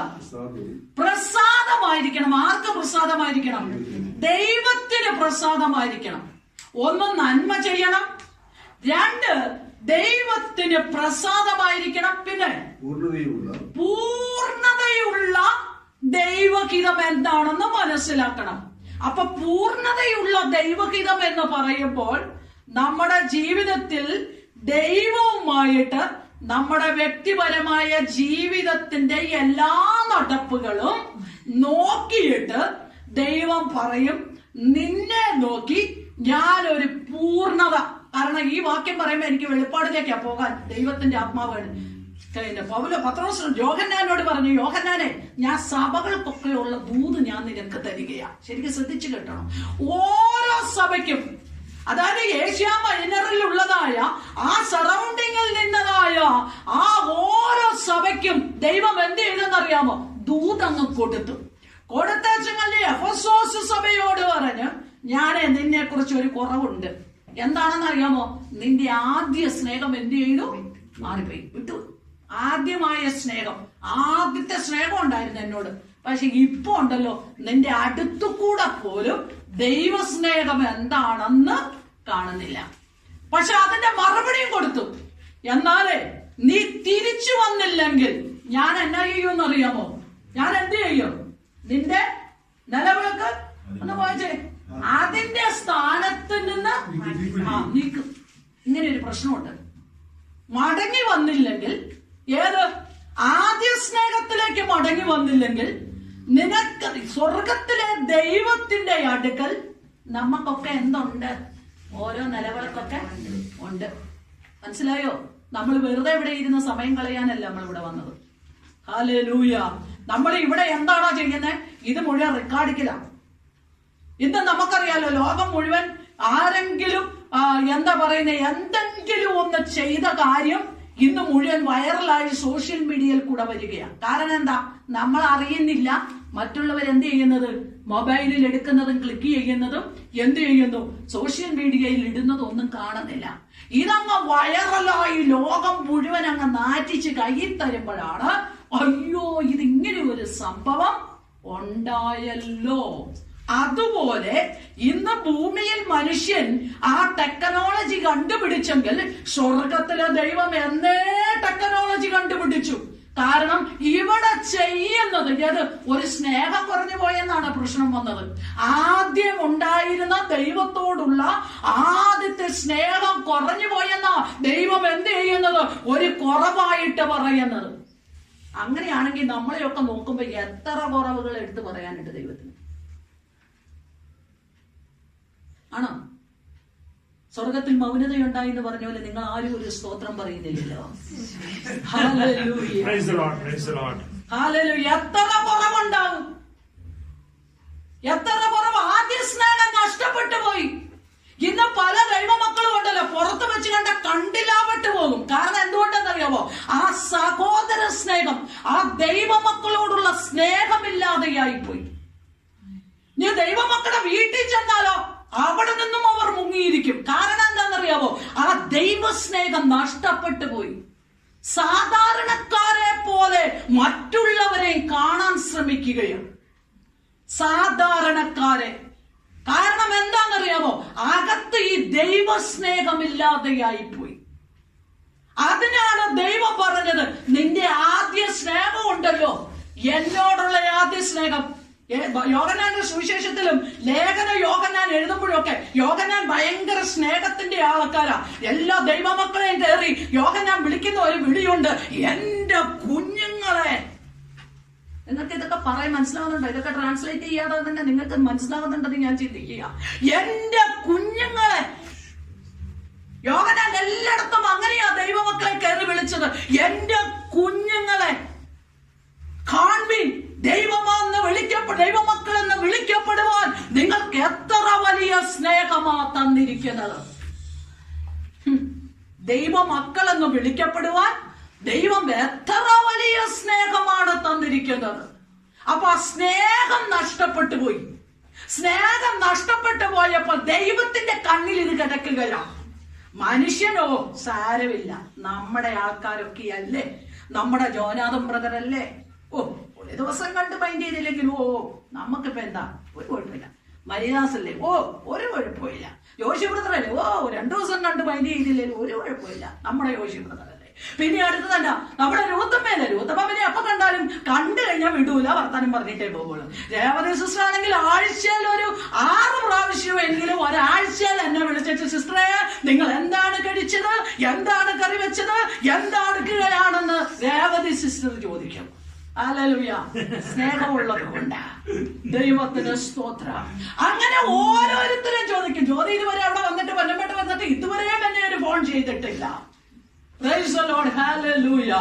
ആണിയാന്റിക്ക് പിന്നെ പറ്റുന്നില്ല. എല്ലാ നിർവാഹവും ഉണ്ടായിരുന്നെങ്കിൽ വന്നേനെ ഞായറാഴ്ച. ഇതെല്ലാം ഞാൻ നിങ്ങളോട് വ്യക്തമായി പറയട്ടെ. നമ്മളൊക്കെയോ നമ്മുടേതല്ലേ എന്ന് പറഞ്ഞ് എന്ത് ചെയ്യുമെന്നറിയാവോ? ഒരു എക്സ്ക്യൂസ് ഒക്കെ കൊടുക്കും. പക്ഷെ ദൈവം കൊടുക്കുവോ? ഷിഫോ ദൈവം കൊടുക്കുവോ? ഇല്ല. ദൈവം ഇത് ദൈവത്തിന്റെ റെക്കോർഡിക്കൽ ബുക്കിൽ എഴുതി വെച്ചേക്കുക. എന്നിട്ട് ദൈവം പറയാ, ഞാൻ നിന്നെ കുറിച്ചൊരു കുറവ് കാണുകയാ. ഇന്ന് 11:30 ഞാൻ വിടുന്നില്ല, പൊക്കോട്ടെ ടൈം. കാരണം ആരാധന ഒരു ആചാരമായി മാറരുത്. കാരണം ദൈവ വ്യവസ്ഥയിലും ദൈവകൃപയിലും നിൽക്കുന്നവരായിരിക്കും. നിങ്ങൾക്ക് വിശക്കുന്നുള്ളവർക്കൊക്കെ ചോറ് കഴിച്ചിട്ട് പോകാം. ഞാനിവിടെ ഒരു പാത്രം ചോറും ഉണ്ടാക്കി വെച്ചിട്ടുണ്ട്. അപ്പൊ ദൈവത്തിൻ്റെതായ വചനത്തിന് കീഴിൽ നിന്ന് ഇത് പഠിച്ച് പുതിയ ഒരു മനുഷ്യനായിട്ട് ഇന്ന് പോയാൽ മതി. ഇന്ന് പുതിയ ഒരു ബോട്ടിലായിരിക്കണം നമ്മൾ, പുതിയ ഒരു വൈനായി നമ്മൾ മാറണം. അപ്പോൾ യോഹന്നാൻ പറയുകയാണ്, ദൈവം പറയുകയാണ് യോഹന്നാൻ എഫെസോസ് സഭയോട്, എന്ത് സംഭവിച്ചു പോയി? സ്നേഹം വിട്ടുകളഞ്ഞു. ഏത് സ്നേഹം വിട്ടുകളഞ്ഞു? ആദ്യം ഉണ്ടായിരുന്ന മിഡിലത്തെ സ്നേഹം ഒന്നും ആര് പറഞ്ഞില്ല? ദൈവം പറഞ്ഞില്ല.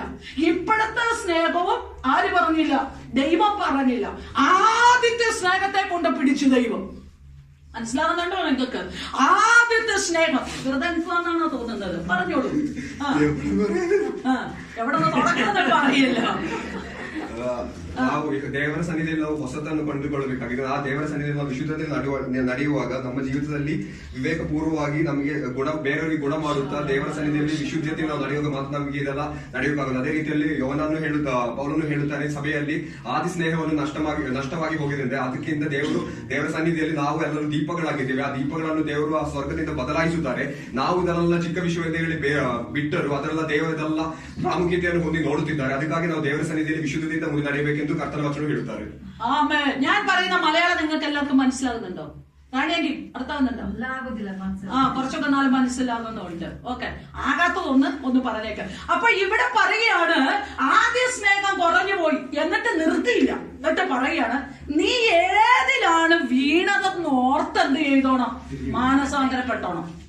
നീ ഏതിലാണ് വീണുപോയത്, അല്ലെങ്കിൽ എവിടെയാണ് നിന്റെ ആ സ്നേഹം കുറഞ്ഞു പോകാൻ കാരണമായി തീർന്നത്, അതിനെ നീ എന്ത് ചെയ്തോണം? ഓർത്ത് മാനസാന്തരപ്പെട്ടോണം. വാക്യമൊന്ന്. നീ ഏതിൽ വീണ്ടിരിക്കുന്നു എന്ന് ഓർത്ത് മാനസാന്തരപ്പെട്ട് ആദ്യം പ്രവൃത്തി ചെയ്യുക.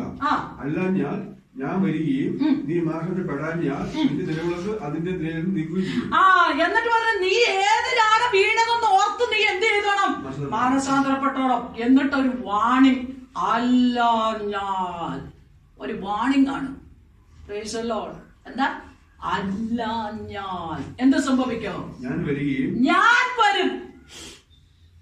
നമ്മളും അത് തന്നെയാണല്ലോ പറഞ്ഞും പ്രത്യാശയോടെ നോക്കിയിരിക്കുന്നത്. കർത്താവേ, നീ എത്രയും പെട്ടെന്ന് ഇങ്ങ് വന്നാൽ മതിയായിരുന്നെന്ന്, ഇല്ലേ? പക്ഷെ ചിന്തിച്ചോണം, ആദ്യ സ്നേഹം പോയോന്ന്, ആദ്യ സ്നേഹം നഷ്ടപ്പെട്ടു പോയോന്ന്. ഞാൻ വരും. അടുത്തത്, നീ മാനസാന്തരപ്പെടാഞ്ഞാൽ നിന്റെ നിലവിളക്ക് നിന്റെ നിലവിളക്കുണ്ടല്ലോ, അതിന്റെ നിലയിൽ നിന്ന് എന്ത് ചെയ്യുമെന്നറിയാവോ? നീക്കിക്കളയും. അപ്പൊ സ്വർഗത്തിൽ നമുക്കൊക്കെ എന്തുണ്ട്? ഒരു നിലവിളക്കുണ്ട്. അത് മറന്നു കളഞ്ഞേക്കരുത്. എനിക്ക് 7 സഭയുടെ കാര്യം പറഞ്ഞ് വിശദീകരിക്കാൻ ഇന്ന് സമയമില്ല. ഞാൻ അതിലേക്ക് പോയതുമല്ല. പക്ഷെ ദൈവാത്മാവ് അങ്ങനെയൊന്ന് കൊണ്ടുപോയത് കൊണ്ട് അങ്ങോട്ട് പോയതാ. അപ്പൊ എന്ത് ചെയ്യുന്നു? സ്വർഗത്തിൽ നമുക്ക് എന്തുണ്ട്? ഒരു നിലവിളക്കുണ്ട്. ഈ നിലവിളക്ക് എന്ത് ചെയ്യുമെന്നറിയാവോ? പറഞ്ഞേക്കുക, അതിന്റെ ആ സ്ഥാനത്ത് നിന്ന് ഞാൻ എന്ത് ചെയ്യും? സ്ഥാനത്ത് നിന്ന് നീക്കിക്കളയും. ഞാൻ പറയട്ടെ, സ്വർഗത്തിൽ ചെല്ലുമ്പോ ദൈവം നമുക്കൊരു സ്ഥാനം തന്നിട്ടുണ്ടെങ്കിൽ ആ സ്ഥാനത്ത് നിന്ന് നീക്കിക്കളഞ്ഞാൽ നമുക്ക് വിഷമം ഉണ്ടാവുക? വിഷമം ഇല്ല, ഉണ്ടാകുന്നാണോ പറഞ്ഞത്? ഹല്ലേലൂയ. ഇപ്പൊ ഞാൻ പറയട്ടെ, ഷിഫോ ഈ മുമ്പിലത്തെ കസാരയിൽ ഇരിക്കുക. ഞാൻ ഷിഫോയോട് പറഞ്ഞു, ഷിഫോ സ്റ്റാൻഡ്, ബാക്കി പോയി ഇരിക്കാൻ പറഞ്ഞു കഴിഞ്ഞാൽ ഷിഫോയ്ക്ക് ഓട്ടോമാറ്റിക് എന്ത് ചെയ്യും? ഒരു വിഷമം. എന്നാലും എന്റെ അമ്മാമ്മ എന്നെ മുമ്പിൽ ഇരുന്ന് എന്നെ പിടിച്ചു കൊണ്ടുപോയി എവിടെ കൊണ്ടിരുത്തി? ലാസ്റ്റ് കൊണ്ടുപോയി. അതൊരു വിഷമമാണ്. ഈ മാനുഷിക രീതിയിൽ അങ്ങനെ ഒരു വിഷമം വരുന്നെങ്കിൽ നമുക്ക് നമ്മളെ ഒരു ഇൻസൾട്ട് ആക്കിയ പോലെയല്ലേ നമുക്ക് തോന്നുന്നത്? അങ്ങനെയാണെങ്കിൽ സ്വർഗത്തിലെ ദൈവത്തിന്റെ മുമ്പിൽ നമുക്കൊക്കെ എന്തുണ്ട്? ഒരു നിലവിളക്കുണ്ട്, ഒരു ലാമ്പ് സ്റ്റാൻഡ് ഉണ്ട്. ഈ സ്റ്റാൻഡിനെ ദൈവം പറയാ, ഞാൻ അങ്ങ് എന്ത് ചെയ്യും? മാറ്റിക്കളയും. നിങ്ങൾ ആ 7 സഭകൾക്കുള്ള ദൂതൊക്കെ ഒന്ന് പോയി വീട്ടിൽ പോയിരുന്നൊന്ന് വായിച്ചു നോക്കണം. വെളിപ്പാട് പുസ്തകം 2-ാം അധ്യായവും 3-ാം അധ്യായവും നിങ്ങൾ ശരിക്കും വീട്ടിൽ പോയിരുന്ന് വായിച്ചു നോക്കണം. ഞാൻ പറയട്ടെ, അപ്പൊ നമുക്കൊരു വിഷമം വരും. നമ്മളൊക്കെ ആഗ്രഹിച്ചു നോക്കിയും ഇരിക്കുന്നത് സ്വർഗത്തിൽ പോകാൻ വേണ്ടി നോക്കിയിരിക്കുന്നവരാ. എവിടെ പോകാനാ? പരലോകത്ത് പോകാൻ. എവിടെ? കർത്താവിന്റെ അടുത്ത് പോകാൻ നോക്കിയിരിക്കുക. പക്ഷെ കർത്താവ് നോക്കിയച്ചങ്ങ് പറയാണ്, ആരെ കുറിച്ച് ഇപ്പൊ ഞാൻ പറയേണ്ടത്? ഷിജിനെ നോക്കിയച്ച് പറയാ, ഷിജിനെ പണ്ടൊക്കെ നീ ഒന്ന് കൈയൊക്കെ കൊട്ടി കണ്ണൊക്കെ അടിച്ചിരുന്ന് ആരാധിക്കുമായിരുന്നു. ഇപ്പൊ നീ അതിന്റെ അടുത്ത് കൂടെ പോലും പോകുന്നില്ല. എന്താ ഇപ്പൊ നീ അതിന്റെ? ഇതാര് പറയുന്നത്? അമ്മമ്മയല്ല. ആരാ നോക്കിയച്ച് പറയുന്നത്? ദൈവം നോക്കിക്കൊണ്ടിരിക്കുക. ഹല്ലേലൂയ. അങ്ങനെയാണെങ്കിൽ ഞാൻ പറയട്ടെ, നമ്മൾ ചെയ്തതല്ല സ്വർഗത്തിൽ എന്ത് വെച്ചിരിക്കുകയാ? കണ്ടുകൊണ്ടിരിക്കുകയാ. ഇവിടെ ഇന്ന് നമുക്ക് എന്ത് ചെയ്യുന്നു? നമ്മുടെ അമ്മയുടെ ഒരു വഴക്ക് കേൾക്കുമ്പോ നമുക്ക് ആകെ ടെൻഷനാ. അപ്പൊ സ്വർഗത്തിൽ ചെല്ലുമ്പോ ദൈവം നമ്മളെ വഴക്ക് പറയുമ്പോ നമ്മൾ എങ്ങോട്ടാ പോകുന്നത്?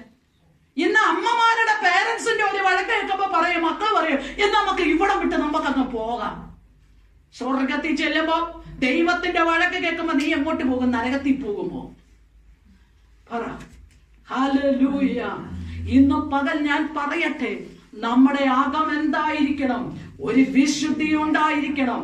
റോമാലേഖനത്തിലേക്ക് ഞാൻ മടങ്ങി വരികയാ.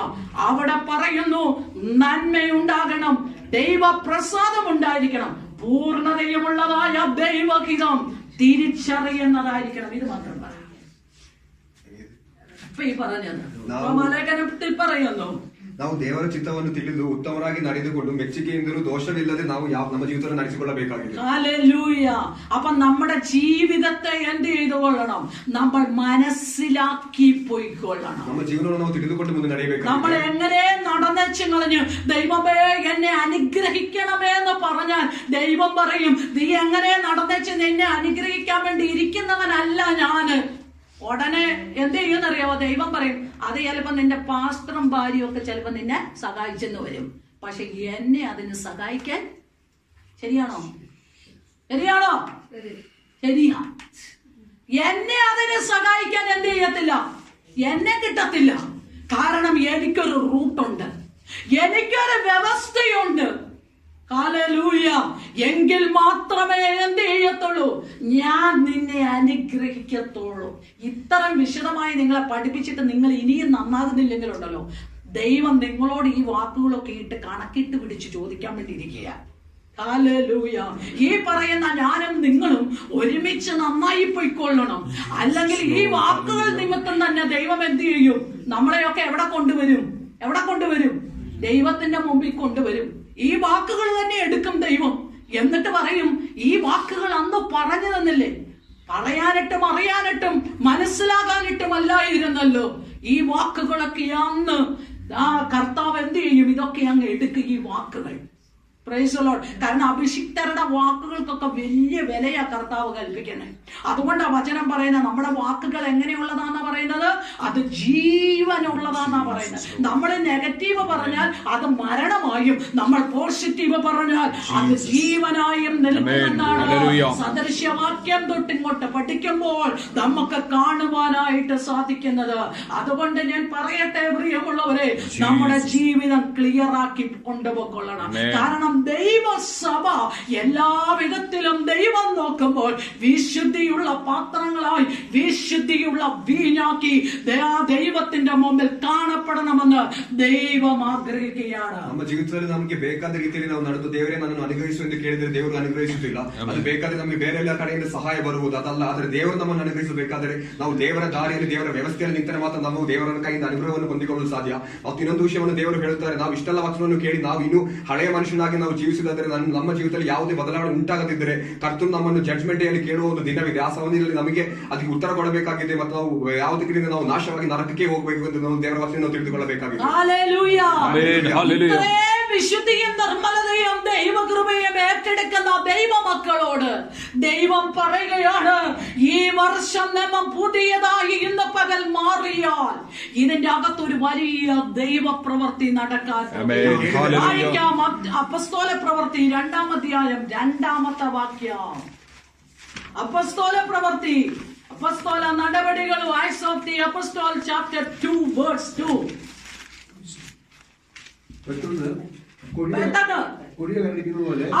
കൊടിയ കാറ്റടിക്കുക. ഞാൻ പറഞ്ഞല്ലോ, വീഞ്ഞ് പരിശുദ്ധാത്മാവിനെ കാണിക്കുന്നെങ്കിൽ കാറ്റിനെയും എന്തിനെ കാണിക്കുന്നു? പരിശുദ്ധാത്മാവിനെ കാണിക്കുകയാണ്.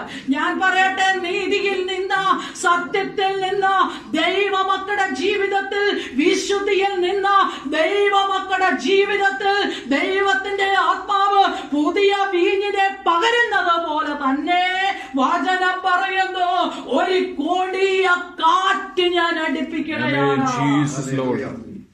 ನಾವು ದ್ರಾಕ್ಷರಸವನ್ನು ಯಾವ ರೀತಿಯಲ್ಲಿ ಪರಿಶುದ್ಧಾತ್ಮನಿಗೆ ಹೋಲಿಸುತ್ತೇವೆ ಅದೇ ರೀತಿಯಲ್ಲಿ ಗಾಳಿಯನ್ನು ಸಹ ಪರಿಶುದ್ಧಾತ್ಮನಿಗೆ ಹೋಲಿಸುತ್ತದೆ. ಅದೇ ರೀತಿ ನಾವು ವಿಶುದ್ಧತೆಯಲ್ಲಿ ನಮ್ಮ ಜೀವಿತವನ್ನು ನಡೆಸಿಕೊಂಡು ಹೋದರೆ ಬಿರುಗಾಳಿಯ ರೀತಿಯಲ್ಲಿ ನಮ್ಮ ಮೇಲೆ ಪರಿಶುದ್ಧಾದ ಅವಶ್ಯಕವು ಬರುತ್ತದೆ ಎಂದು ದೇವರ ವಚನವು ಹೇಳುತ್ತದೆ. ദൈവ വചനത്തിന്റെ റൂട്ടിൽ നിന്ന് എന്നാൽ ഇന്ന് വരെ അടിക്കാത്ത ഒരു കൊടിയ കാറ്റിനെ ദൈവം നമ്മുടെ ജീവിതത്തിൽ അടുപ്പിക്കാൻ ആഗ്രഹിക്കുകയാണ്. നമ്മുടെ ജീവിതത്തിൽ തന്നെയല്ല, നമ്മുടെ ഭവനങ്ങളിൽ ഈ കൊടിയ കാറ്റടിപ്പിക്കാൻ, നമ്മുടെ ദൈവസഭയിൽ ഈ കൊടിയ കാറ്റിനെ വിശ്വസിക്കുന്ന കൈകൊടുത്തഞ്ച് പറഞ്ഞ് ദൈവം നമ്മുടെ ജീവിതത്തിൽ ഒരു കൊടിയ കാറ്റടിപ്പിക്കാൻ പോകുകയാണ്. ദൈവം നമ്മുടെ കുടുംബത്തിൽ ഒരു കൊടിയ കാറ്റടിപ്പിക്കാൻ പോകുകയാണ്. ദൈവം നമ്മുടെ സഭയിൽ ഒരു കൊടിയ കാറ്റടിപ്പിക്കാൻ പോകുകയാണ്. ദൈവത്തിന്റെ പരിശുദ്ധാത്മാവാകുന്ന കൊടിയ കാറ്റിനെ ഞാൻ പറയട്ടെ, വിശുദ്ധിയിൽ നിൽക്കുന്ന ദൈവവൈതല്, ദൈവത്തിന് പ്രസാദകരമായ ദൈവവൈതല്, നിന്റെ ജീവിതത്തിലാണ് ദൈവം ആ കൊടിയ കാറ്റിനെയും പുതിയ വീഞ്ഞിനെയും പകരപ്പെടുന്നത്. ನಿಮ್ಮ ಮೇಲೆ ಈ ಬಿರುಗಾಳಿಯನ್ನು ಮತ್ತು ಹೊಸ ದ್ರಾಕ್ಷಿರಸವನ್ನು ದೇವರು ಹೊಂದುತ್ತಾರೆ. ഇന്ന് പകൽ നിങ്ങൾ അതിനായിട്ട് ഒരുങ്ങിയിരുന്നു. ಅದಕ್ಕಾಗಿ ನೀವು ಸಿದ್ಧರಾಗಿರಿ. ദൈവമേ, എന്റെ ജീവിതത്തിൽ ഒരു കൊടിയ കാറ്റടിക്കണം. ദൈവമേ, എന്റെ ജീവിതത്തിൽ ഒരു പുതിയ വീഞ്ഞ് പകർന്നു തരണം. രണ്ടാമത്തെ വാക്യം തന്നെ ഒന്നുകൂടെ വായിച്ചോട്ടെ. കൊടിയ കാറ്റടിച്ചു. അടുത്തത് അടിക്കുന്നത് പോലെ ആകാശത്തിൽ മുഴക്കമുണ്ടായി. ആകാശത്തു നിന്ന് ഒരു മുഴക്കമുണ്ടായി. അടുത്തത് അവർ ഇരുന്ന വീട് മുഴുവൻ. ആകാശത്തു നിന്ന് എന്തുണ്ടായി? ഒരു മുഴക്കമുണ്ടായി. ഹല്ലേലൂയ. ഇന്ന് പകൽ ഞാൻ പറയട്ടെ പ്രിയമുള്ളവരെ, നമ്മുടെ ജീവിതത്തിന്റെ ഏതെല്ലാം മേഖലകളിലാണോ നാം ക്ലിയറായി വരുമ്പോൾ സ്വർഗത്തിൽ നിന്ന് കേൾക്കുന്ന ഒരു മുഴക്കം നമ്മൾ ഈ നാളുകളിൽ കേൾക്കാൻ പോകുന്നു. ഇന്ന് പകൽ ആത്മാവിൽ ഞാൻ ദൂത് പറയട്ടെ, ഈ മുഴക്കം പല വ്യക്തികളുടെ മേലും മുഴങ്ങാൻ സമയമായി, പല കുടുംബങ്ങളുടെ മേലും മുഴങ്ങാൻ സമയമായിരിക്കുക. നിങ്ങൾ ഇന്ന് പകല് വിശുദ്ധിയിൽ കാത്തു സൂക്ഷിക്കുന്നെങ്കിൽ, ഇന്ന് പകല് ദൈവകൃപയിൽ ദൈവത്തിന് പ്രസാദകരമാണ് വിധത്തിൽ നിങ്ങളുടെ സ്റ്റെപ്പുകൾ എടുത്തു വെക്കുന്നെങ്കിൽ, ഇന്ന് പകൽ ആത്മാവിൽ ദൂത് പറയുക, ഒരു വലിയ മുഴക്കം നിങ്ങളുടെ ജീവിതത്തിൽ ദൈവം അയക്കാൻ പോകുകയാ. ഈ മുഴക്കത്തിൽ നിങ്ങൾ കേൾക്കുമ്പോൾ ചിന്തിച്ചു കൊള്ളണം, ഒരു വലിയ ദൈവ പ്രവൃത്തി എന്നിൽ സ്റ്റാർട്ട് ആകാനായി തുടങ്ങി.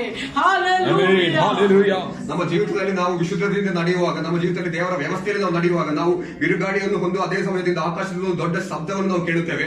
ಅದು ನಮ್ಮ ಜೀವಿತದಲ್ಲಿ ಒಂದು ಅನುಗ್ರಹವಾಗಿ ನಮ್ಮ ಜೀವಿತದಲ್ಲಿ ಅದು ಬದಲಾಗುತ್ತದೆ ಎಂದು ಕರ್ತನ ವಚನವು ಹೇಳುತ್ತದೆ. ഈ മുഴക്കം കേൾക്കുമ്പോൾ ചിന്തിച്ചു കൊള്ളണം, ഒരു വലിയ ദൈവ പ്രവൃത്തി എന്നിൽ സ്റ്റാർട്ട് ആകാൻ തുടങ്ങി. ನಾವು ಕೇಳುವಾಗ ನಾವು ತಿಳಿದುಕೊಳ್ಳಬೇಕಾಗಿದೆ, ಒಂದು ದೇವರ ಪ್ರವೃತ್ತಿ ನಮ್ಮ ಜೀವಿತದಲ್ಲಿ ദിവസങ്ങളിൽ ആ മുഴക്കം കേട്ടുകൊണ്ടിരിക്കുക. ಇವರು ಈ ದಿನದಲ್ಲಿ ಆ ಶಬ್ದವನ್ನು ಕೇಳುತ್ತಾರೆ. ദൈവകരങ്ങളിൽ ഏൽപ്പിച്ചവൻ, ಇವರು ದೇವರ ಸನ್ನಿಧಿಯಲ್ಲಿ ಸಮರ್ಪಿಸಿದ್ದಾರೆ. ദൈവമേ, നീയാണ് എന്റെ ജീവിതത്തിൽ ആ മുഴക്കം തരുന്നതെങ്കിൽ, ആ മുഴക്കം എന്തിനു വേണ്ടി അയച്ചുവോ ആ ദൈവ ഉദ്ദേശം എന്നിൽ നിറവേറട്ടെ. ಆ ಶಬ್ದವನ್ನು ಕೇಳಿಸುತ್ತಿದ್ದಾರೆ, ಆ ದೇವರ ಪ್ರವೃತ್ತಿ ಅದರಲ್ಲಿ ನಡೆಯಬೇಕೆಂದು ಪ್ರಾರ್ಥಿಸುತ್ತಿದ್ದಾರೆ. Hallelujah, hallelujah, hallelujah. പരസ്പരം കൈ കൊടുത്തു പറഞ്ഞേ, നമ്മുടെയൊക്കെ ജീവിതത്തിൽ മുഴക്കം കേൾക്കാറായി. കൈಗಳನ್ನು ಕೊಟ್ಟು ಹೇಳಿ, ನಮ್ಮ ಜೀವಿತದಲ್ಲಿ ದೇವರ ಶಬ್ದವನ್ನು ಕೇಳಲು ಸಮಯವಾಗಿದೆ. നമ്മുടെയൊക്കെ ജീവിതത്തിൽ മുഴക്കം കേൾക്കാറായി. ನಮ್ಮ ಜೀವಿತದಲ್ಲಿ ದೇವರ ಶಬ್ದವನ್ನು ಕೇಳಲು ಸಮಯವಾಗಿದೆ ಎಂದು ಹೇಳಿರಿ. ചിലർ അവിടെ അടവ് കാണിക്കും. എന്താണെന്നറിയാമോ? കൈ കൊടുക്കാൻ പറയുമ്പോൾ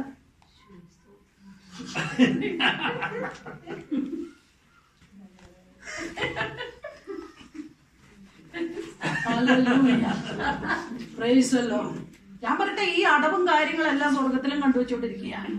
വാണത് പറയാൻ പറഞ്ഞു കഴിഞ്ഞാൽ അവിടെ അടവ് കാണിച്ചോണ്ടിരിക്കുക. മുഴുവൻ കാമ്പട്ടി നമ്മുടെ അകത്ത് കിടപ്പുണ്ട്.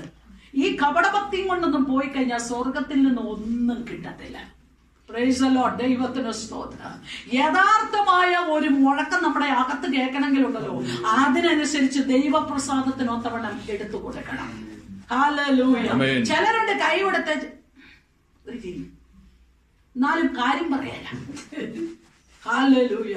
ചിലര് പിന്നെ മുഖം തിരിഞ്ഞു ഒരിക്കലും കൈ ഇപ്പുറത്തും ഉണ്ടാകും. Praise the Lord. ഈ ഉഴപ്പന്മാർക്കും ഉഴപ്പത്തികൾക്കും ഉണ്ടല്ലോ, ദൈവത്തിൽ നിന്ന് ഒന്നും പ്രാപിക്കാൻ കഴിയത്തില്ല.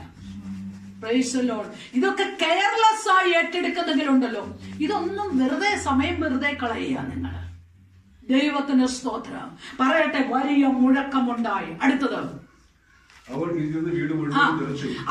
ഇരുന്ന വീട് മുഴുവൻ എന്ത് ചെയ്തു? നിറച്ചു.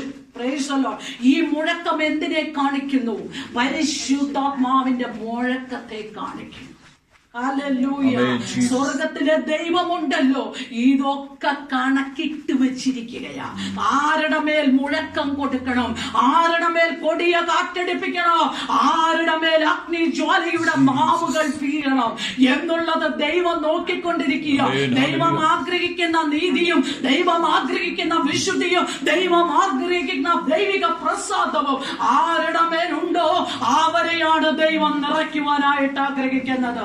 ಸನ್ನಿಧಿಯಲ್ಲಿ ನಾವು ಕಳ್ಳ ಭಕ್ತಿಯಿಂದ ನಿಲ್ಲದಿದ್ದರೆ ಯಾವ ಪ್ರಯೋಜನವೂ ಇಲ್ಲ. ದೇವರು ಇದಕ್ಕೆಲ್ಲ ಲೆಕ್ಕ ಇಟ್ಟಿದ್ದಾರೆ. ಅದಕ್ಕೆ ನಾವು ತಿಳಿದುಕೊಳ್ಳಬೇಕಾಗಿ ದೇವರ ವ್ಯವಸ್ಥೆಯಲ್ಲಿ, ದೇವರ ವಿಶುದ್ಧತೆಯಲ್ಲಿ ನಾವು ನಿಂತು ದೇವರ ಕೈಯಿಂದ ಅನುಗ್ರಹವನ್ನು ಹೊಂದಬೇಕಾಗಿದೆ. ದೇವರು ನೋಡುತ್ತಿದ್ದಾರೆ, ಯಾರ ಮೇಲೆ ಬಿರುಗಾಳಿಯನ್ನು ಬೀಸಬೇಕು, ಯಾರ ಮೇಲೆ ಅಗ್ನಿಯ ನಾಭಿಗೆಯನ್ನು ಬೀಸಬೇಕು ಎಂದು, ಯಾರ ಮೇಲೆ ಅಭಿಷೇಕದ ದೊಡ್ಡ ಶಬ್ದವನ್ನು ಕೊಡಬೇಕೆಂದು ದೇವರು ನೋಡ್ತಿದ್ದಾರೆ. ಅದಕ್ಕಾಗಿ ಅದನ್ನೆಲ್ಲ ಹೊಂದಿಕೊಂಡು ನಾವು ಜೀವಿತದಲ್ಲಿ ಬದಲಾಯಿಸಿ ಮುನ್ನಡೆಯಬೇಕಾಗಿದೆ. ഈ കൊടിയ കാറ്റും ഈ കൊടിയ മുഴക്കമൊക്കെ എന്തിനാണെന്നറിയാമോ ദൈവം കേൾപ്പിക്കുന്നത്? ಇದು ಬಿರುಗಾಳಿಯನ್ನು ಮತ್ತು ದೊಡ್ಡ ಶಬ್ದವನ್ನು ಯಾಕಾಗಿ ದೇವರು ಕೇಳಿಸುತ್ತಿದ್ದಾರೆ ಅಂತ ಗೊತ್ತಿದೆಯಾ? ദൈവം ഒന്ന് പുതിയതാക്കി മാറ്റുകയാണ്. ದೇವರನ್ನು ಹೊಸಪಡಿಸುತ್ತಿದ್ದಾರೆ. ദൈവം ഒന്ന് പുതിയതാക്കി മാറ്റുകയാണ്. ನವೀಕರಿಸುತ್ತಿದ್ದಾರೆ. എന്തിനാണെന്നറിയാമോ പുതിയതാക്കി മാറ്റുന്നത്? ಯಾಕಾಗಿ ಆ ರೀತಿಯಲ್ಲಿ ಮಾಡ್ತಿದ್ದಾರೆ ತಿಳಿದಿದ್ದೀರಾ? അനേക പുതിയ കാര്യങ്ങൾ നിന്നെ കൊണ്ട് ചെയ്യിപ്പിക്കണം. ಅನೇಕ ಹೊಸ ವಿಷಯಗಳನ್ನು ನಿನ್ನ ಕೈಯಿಂದ ಮಾಡಿಸಬೇಕಾಗಿದೆ. നിന്നെ കൊണ്ട് പുതിയ കാര്യങ്ങൾ ചെയ്യിപ്പിക്കണം. ನಿನ್ನಿಂದ ದೇವರು ಹೊಸ ವಿಷಯಗಳನ್ನು 20 വരെ എന്തെല്ലാം കാര്യം ചെയ്തു? ಇದುವರೆಗೆ ನೀನು ಏನೆಲ್ಲ ಮಾಡಿದ್ದೆ? 20 വരെ നമ്മളോട് എടുത്ത് ചോദിച്ചു കഴിഞ്ഞാൽ നമ്മൾ പറയും, ಇದುವರೆಗೆ ನೀ ಏನೆಲ್ಲ ಮಾಡಿದೆ ಅಂತ ಕೇಳಿದರೆ ലോക്ക്ഡൌൺ ആയതുകൊണ്ട് വീട്ടിൽ നിന്ന് കുറെ വഴക്ക് കൂടി.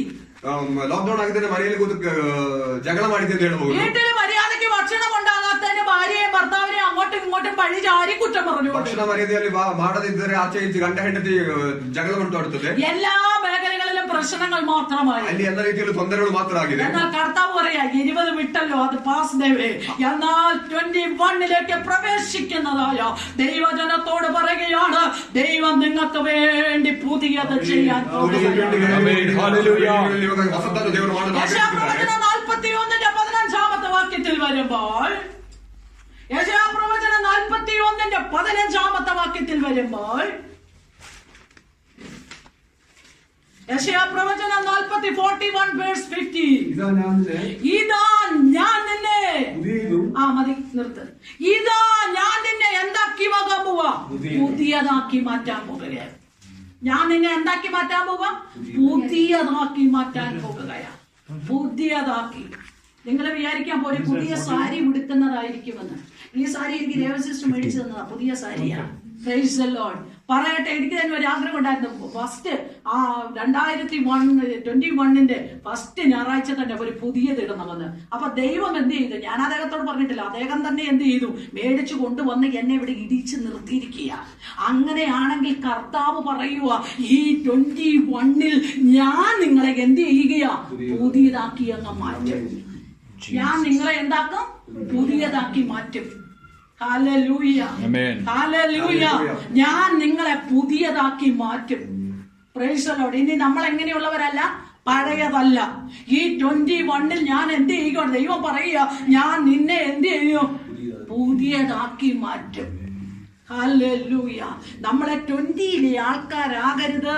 നമ്മൾ 21 ദൈവം പറയുന്നു, ഞാൻ നിന്നെ പുതിയതാക്കി മാറ്റുകയാണ്. വായിച്ചേ, യെശയ്യാപ്രവചനം 43:19 വാക്യവും കൂടെ വായിച്ച് നമുക്ക് നിർത്താം. ഞാൻ പുതിയതൊന്ന് ചെയ്യുന്നു. ദൈവം പറയുകയാണ്, ഞാൻ നിങ്ങളെ പുതിയതാക്കി മാറ്റിയിട്ട് ഞാൻ എന്ത് ചെയ്യാൻ പോവുകയാ? പുതിയതൊന്ന് ചെയ്യാൻ പോകുന്നു. ശരിക്കും ശ്രദ്ധിച്ചു കേട്ടോണം. ദൈവം പറഞ്ഞു, ഞാൻ നിങ്ങളെ ഒക്കെ ന്യൂ ആക്കാൻ പോകുകയാ. എന്നിട്ട് തീർന്നില്ല. ദൈവം പറയാ, നിങ്ങൾ പുതിയതായി തീർന്നാൽ ഞാൻ എന്ത് ചെയ്യും? പുതിയതൊരു കാര്യം ചെയ്യാൻ പോകുകയാണ്. Praise the Lord. Praise the Lord. ആർക്ക് വേണ്ടിയാ ചെയ്യുന്നത്? ശിവോ, പുതിയതായവർക്ക് വേണ്ടി. നമുക്ക് വേണ്ടി എന്നല്ല, പുതിയതായവർക്ക് വേണ്ടി. ആർക്ക് വേണ്ടിയാ ദൈവത്തിന്റെ പ്രവൃത്തി ഇറങ്ങി വരുന്നത്? പുതിയതായിരിക്കുന്നവർക്ക് വേണ്ടി. പുതിയതൊന്ന് ഞാൻ ചെയ്യുകയാണ്. എന്ത് ചെയ്യുന്ന? ഞാൻ നിങ്ങളെ പുതിയതാക്കി മാറ്റും. എന്നിട്ട് എന്ത് ചെയ്യും? എനിക്കവിടെ നിങ്ങൾ പുതിയതായി തീർന്നിട്ട് എനിക്കവിടെ അനങ്ങാതിരിക്കാൻ പറ്റത്തില്ല. ഞാൻ എന്ത് ചെയ്യും? പുതിയതൊന്ന് ചെയ്യാൻ തുടങ്ങും. Praise the Lord. Praise the Lord. കൂട്ട് മനസ്സിലായെന്ന് ഞാൻ ചിന്തിക്കട്ടെ. നമ്മളെ പുതിയതാക്കിയിട്ടേ ദൈവം എന്ത് ചെയ്യാൻ തുടങ്ങുള്ളൂ? പുതിയതൊരു കാര്യം ചെയ്യാൻ. അല്ലാണ്ട് പഴയതാക്കി തന്നെ നിന്നേച്ച് ദൈവമേ എന്റെ ജീവിതത്തിൽ പുതിയ ഒരു കാര്യം ചെയ്യണമേ എന്ന് പറഞ്ഞ് നമ്മൾ പ്രാർത്ഥിക്കുമ്പോൾ ദൈവം പറയും, മകളെ മകനെ, നീ പുതിയതാകാതെ എനിക്ക് പുതിയ കാര്യം നിന്റെ ജീവിതത്തിൽ ചെയ്യാൻ പറ്റത്തില്ല. എനിക്ക് നീ പുതിയതാകാതെ എനിക്ക് പുതിയ കാര്യം നിന്റെ ജീവിതത്തിൽ ചെയ്യാൻ പറ്റത്തില്ല. നീ പുതിയതാകാതെ നിന്റെ കുടുംബത്തിൽ എനിക്ക് പുതിയ കാര്യം ചെയ്യണമെന്നൊക്കെ വലിയ ആഗ്രഹിച്ചിരിക്കുക ദൈവം. പക്ഷെ എന്താ? ദൈവം നോക്കിക്കൊണ്ടിരിക്കുക, ഇവൻ എങ്ങനെയാ ഒന്ന് പുതിയതായി മാറണത്? ഇവൻ എങ്ങനെയാ പുതിയതായി മാറണേ? എപ്പോൾ മാറും ഇവൻ? അല്ലെങ്കിൽ എപ്പോൾ മാറും ഇവൻ? എനിക്ക് ആ വീടിന് വേണ്ടി, എനിക്ക് ആ വ്യക്തിക്ക് വേണ്ടി, എനിക്ക് ആ കുടുംബത്തിന് വേണ്ടി, എനിക്ക് ആ സഭയ്ക്ക് വേണ്ടി ചെയ്യാൻ സമയമായി യേശുവിൽ തിടുക്കപ്പെട്ടിരിക്കുകയാ. നമ്മൾ എന്തായി മാറിയാ മതി? ഒന്ന് പുതിയതായി മാറിയാ മതി. നമ്മൾ പുതിയതായി മാറുമ്പോൾ ദൈവം എന്ത് ചെയ്യുന്നു? പുതിയ ഒരു കാര്യം ചെയ്യാൻ തുടങ്ങുകയാണ്. ഞാനെല്ലാം ആ വാക്കുകൾ മാത്രമേ എടുത്തിട്ടുള്ളൂ. ബാക്കിയെല്ലാം വിശദീകരിക്കണമെങ്കിൽ കുറെ പോകും. അതിലേക്കൊന്നും ഞാൻ പോകുന്നില്ല. നമ്മൾ പുതിയതായി മാറുമ്പോഴാണ് ദൈവം എന്ത് ചെയ്യുന്നത്? പുതിയ ഒരു കാര്യം നമ്മളിൽ കൂടെ ചെയ്യാൻ പറ്റുകയാണ്. ഇന്ന് പകൽ ദൈവമക്കളെ, ഇത്രയും വിഷയങ്ങൾ മനസ്സിലായവർ മാത്രം ഒന്ന് കൈവക്കിക്കേ. അല്ലാത്തവരൊക്കെ ഇവിടെ ഇരുന്നോ, ഇത് പഠിപ്പിച്ചിട്ടേ വീട്ടിൽ വിടുന്നുള്ളൂ. ഇത് മനസ്സിലായവർ മാത്രം ഒന്ന് കൈപൊക്കി ആശീർവാദം പറയുമ്പോ വീട്ടിൽ പോയിക്കോ. അല്ലാത്തവരൊക്കെ ഇവിടെ ഇരുന്നിട്ട് ഞാൻ ഒന്നുകൂടെ നിങ്ങളെ വ്യക്തമായി പഠിപ്പിച്ചിട്ട് വിടാൻ ആഗ്രഹിക്കുക. വ്യക്തമായി പറയട്ടെ, ദൈവം പുതിയതൊന്ന് ചെയ്യാൻ പോകുകയാ. ദൈവം പുതിയ കൊടുങ്കാറ്റ് ദൈവം നമ്മുടെ മേൽ അയപ്പിക്കാൻ പോകുകയാ. പുതിയ ഒരു മുഴക്കം നമ്മൾ കേൾക്കാൻ പോകുകയാ. ദൈവം നമ്മളെ വിശുദ്ധിയിൽ നിർത്താൻ പോകുകയാ. ദൈവം നമ്മളെ നീതിയിൽ നിർത്തുമ്പോൾ ദൈവത്തിന് പ്രസാദകരമായ ജീവിതം നമ്മുടെ ജീവിതത്തിൽ നടക്കുമ്പോഴാണ് പുതിയതൊന്ന് കർത്താവ് ചെയ്യാൻ തുടങ്ങുന്നത്. അപ്പോഴാണ് യേശു പറഞ്ഞതിലേക്ക് മടങ്ങി വരുന്നത്. ഞാൻ നിങ്ങളെ എന്ത് ചെയ്യുന്നു? ഒരു പുതിയ തുരുത്തിയാക്ക, പുതിയ വീഞ്ഞാക്കി നിന്നെ മാറ്റുക. സങ്കീർത്തനക്കാരൻ അവിടെയും വിട്ടില്ല. 92:10 പറയുന്നു, ഞാൻ നിങ്ങളെ പുതിയ എണ്ണ എന്ത് ചെയ്യും? തേപ്പിക്കും. ഈ എണ്ണ, വീഞ്ഞ്, അഗ്നിജ്വാല, കൊടിയ കാറ്റ്, ഇതൊക്കെ പറയുന്നത് എന്തിനെ കാണിക്കുന്നു? പരിശുദ്ധാത്മാവിനെ കാണിക്കുകയാണ്. അവിടെ സങ്കീർത്തനക്കാരൻ പറയുന്നു, എന്നെ ഇനി പഴയ എണ്ണയല്ല തേപ്പിക്കുന്നത്. എന്നെ എന്താണ് തേപ്പിക്കുന്നത്? പുതിയ എണ്ണ എന്നെ തേപ്പിക്കുന്നു. ഹല്ലേലൂയ. ആ പുതിയ എണ്ണയുടെ അഭിഷേകത്തിലേക്ക് ഇന്ന് പകൽ നമ്മൾ മടങ്ങി വരിക. പുതിയ ഒരു കൊടുങ്കാറ്റ് നമ്മളിൽ വീശണമേ കർത്താവേ എന്ന് നമ്മൾ പ്രാർത്ഥിക്കുമ്പോൾ തന്നെ നമ്മുടെ ഫൗണ്ടേഷൻ ഒന്ന് ക്ലിയർ ആക്കി കൊടുത്തണം. കഴിഞ്ഞ ദിവസം ദൈവം ഒരു പ്രത്യേക കാര്യം പഠിപ്പിച്ചു. അത് ഞാൻ അടുത്ത ഞായറാഴ്ച പറയാം. അത് നിങ്ങൾക്കിന്ന് കേൾക്കണം. ദൈവത്തിന് സ്തോത്രം.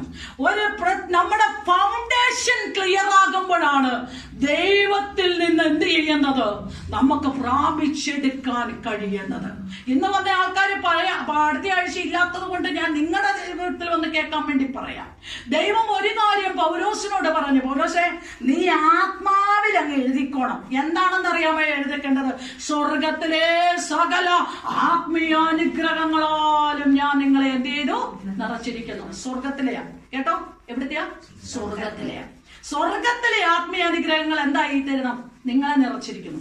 അപ്പൊ ഈ നിറവ് വരണമെങ്കിൽ നമ്മൾ എന്തായി തരുന്നാ മതി? ഇതിനൊരു റൂട്ടുണ്ട്. ഇതിന്റെ ഫൗണ്ടേഷൻ ഒക്കെ ഇപ്പൊ മനസ്സിലായല്ലോ. നീതി ഉണ്ടായിരിക്കണം, വിശുദ്ധി ഉണ്ടായിരിക്കണം, ദൈവകൃപ ഉണ്ടായിരിക്കണം. അപ്പോൾ സ്വർഗത്തിലെ എന്ത് ചെയ്യുന്നു? ആത്മീയ അനുഗ്രഹങ്ങൾ, അതായത് സ്പിരിച്വൽ ബ്ലെസ്സിങ്സ് എല്ലാം എന്ത് ചെയ്യും? ഞാൻ നിങ്ങൾക്ക് നൽകി തരും. എന്നിട്ട് ദൈവം എന്ത് ചെയ്ത് വിട്ടില്ല. മലാക്കിയുടെ പുസ്തകം ഇങ്ങനെ എടുത്തു വെച്ചുകൊണ്ട് പറഞ്ഞു, നിങ്ങൾ ദൈവത്തിന്റെ നാമത്തിൽ എന്തെല്ലാം മനുഷ്യന് കൊടുത്തിട്ടുണ്ടോ, അതായത് നമ്മൾ കാണിക്കയിടുമല്ലോ, നമ്മൾ ദശാംശം കൊടുക്കുമല്ലോ, ഇതൊക്കെ കൊടുത്തിട്ട് ദൈവം പറഞ്ഞു, ഒന്ന് പരീക്ഷിച്ചു നോക്കാനെങ്കിലും നിങ്ങൾ ഒരു ഓഫറിംഗ് പാത്രത്തിൽ ഒരു 5 രൂപയെങ്കിലും ഇടും. ദൈവത്തിന് സ്തോത്രം. പരീക്ഷിച്ചു നോക്കാനെങ്കിലും നിങ്ങളുടേതായ ടൈത്ത് ഒന്ന് കൊടുക്ക. ചിലര് ടൈത്ത് എന്ന് പറയുന്ന സാധനം കൊടുക്കില്ല. കാരണം ഇതൊക്കെ ദൈവം നോക്കിക്കൊണ്ടിരിക്കുക. എന്നിട്ട് അതിന്റെ അടിയിലേക്ക് ഒരു വാക്യം പറയുന്നുണ്ട്. ആ വാക്യം ഒന്ന് വായിച്ചേ. ആ വാക്യം ഒന്ന് വായിക്കുമ്പോഴാണ് നിങ്ങൾക്കത് ഒന്നുകൂടെ മനസ്സിലാകുന്നത്. മലാക്കിയുടെ പുസ്തകം 3-ാം അധ്യായം 2-ാം അധ്യായമാണോ? അതിനകത്ത് നോക്കിക്കേ. നിങ്ങൾ ദൈവത്തെ ഒന്ന് പരീക്ഷിച്ചു നോക്കുക, എന്നിട്ട് ദൈവം ചെയ്യുന്ന ചില കാര്യങ്ങളുണ്ട്. വായിച്ചേ. ദശാംശം വഴിപാടുകൾ തന്നെ നിങ്ങൾ ഈ ജാതി മുഴുവനും തന്നെ എന്നെ തോൽപ്പിക്കുന്നത് കൊണ്ട് നിങ്ങൾ സാമരസ്യരാകുന്നു. എന്റെ ആലയത്തിൽ ആഹാരം ഉണ്ടാകരുതെന്ന് നിങ്ങൾ ദശാംശം മുഴുവനും കൊട്ടാരത്തിൽ കൊണ്ടുവരും. ഞാൻ നിങ്ങൾക്ക് ആകാശത്തിന് ഇനി അടുത്തത് ശ്രദ്ധിച്ചോണം. ഞാൻ നിങ്ങൾക്ക്, അതായത് നിങ്ങളുടേതായ ദശാംശം മുഴുവനും കാണിക്ക മുഴുവനും എവിടെ കൊണ്ടുവരണം? ആലയത്തിൽ കൊണ്ടുവരണം. എന്നിട്ട് ദൈവം അത് വിട്ടില്ല. ഞാൻ നിങ്ങൾക്ക് എന്ത് ചെയ്യാൻ പോകുകയാണ്? ആകാശത്തിലെ കിളിവാതിലുകളെ തുറന്ന് എന്ത് ചെയ്യാൻ പോകുക? സ്ഥലം പോരാതെ വരികയോളം, അതായത് എത്ര വെച്ചാലും എന്ത് ചെയ്യത്തില്ല, തീരത്തില്ല. അപ്പൊ സ്ഥലം പോരാതെ വരികയോളം എന്ത് ചെയ്യാൻ പോകുകയാണ്? നിങ്ങളുടെ മേൽ അനുഗ്രഹം പകരുകയില്ലയോ എന്ന് ഞാനല്ല പറഞ്ഞത്. ആരാ പറഞ്ഞത്? സ്വർഗത്തിലെ ദൈവമാ പറഞ്ഞത്. അപ്പൊ നോക്കുക, എന്നിങ്ങനെ നിങ്ങൾ പരീക്ഷിപ്പിൻ. ഞാൻ പറയട്ടെ, നമ്മുടെ ജീവിതം ദൈവം എല്ലാ മേഖലകളിലും നോക്കിക്കൊണ്ടിരിക്കുക. നമ്മൾ ദശാംശം കൊടുക്കാതെ ദൈവത്തോട് പറയാം, ദൈവമേ എനിക്ക് ഫിനാൻഷ്യൽ ബ്രേക്ക് ത്രൂ ഉണ്ടാകട്ടെ, എന്നെ ഞങ്ങളെ അനുഗ്രഹിക്കുക കർത്താവേ, ഞങ്ങളെ ദൈവം മാനിക്കുക കർത്താവേ എന്നൊക്കെ പറഞ്ഞ് ദൈവത്തിന്റെ മുമ്പാകെ ഇരുന്നാൽ ദൈവം തിരിച്ചു ചോദിക്കും, നീ ഈ വർഷം എത്ര ദശാംശം നീ കൊടുത്തു, എത്ര കാണിക്കാ നീ ഇട്ടു, എത്ര ടൈറ്റ് നീ കൊടുത്തു? ഇതൊക്കെ എന്ത് ചെയ്യുകയാണ്? ദൈവത്തിന്റെ സന്നിധിയിൽ ദൈവത്തിന്റെ മുൻപാകെ കിടക്കുകയാ. പക്ഷെ പറഞ്ഞു, നമ്മൾ കൈകൊണ്ട് ദൈവത്തിന് വേണ്ടി ചെയ്തിട്ടുണ്ടെങ്കിൽ ദൈവം പറയാ, ഞാൻ ആകാശത്തിന്റെ കിളിവാതിൽ തുറന്ന് ഞാൻ നിങ്ങളെ എന്ത് ചെയ്യാൻ പോകുകയാ?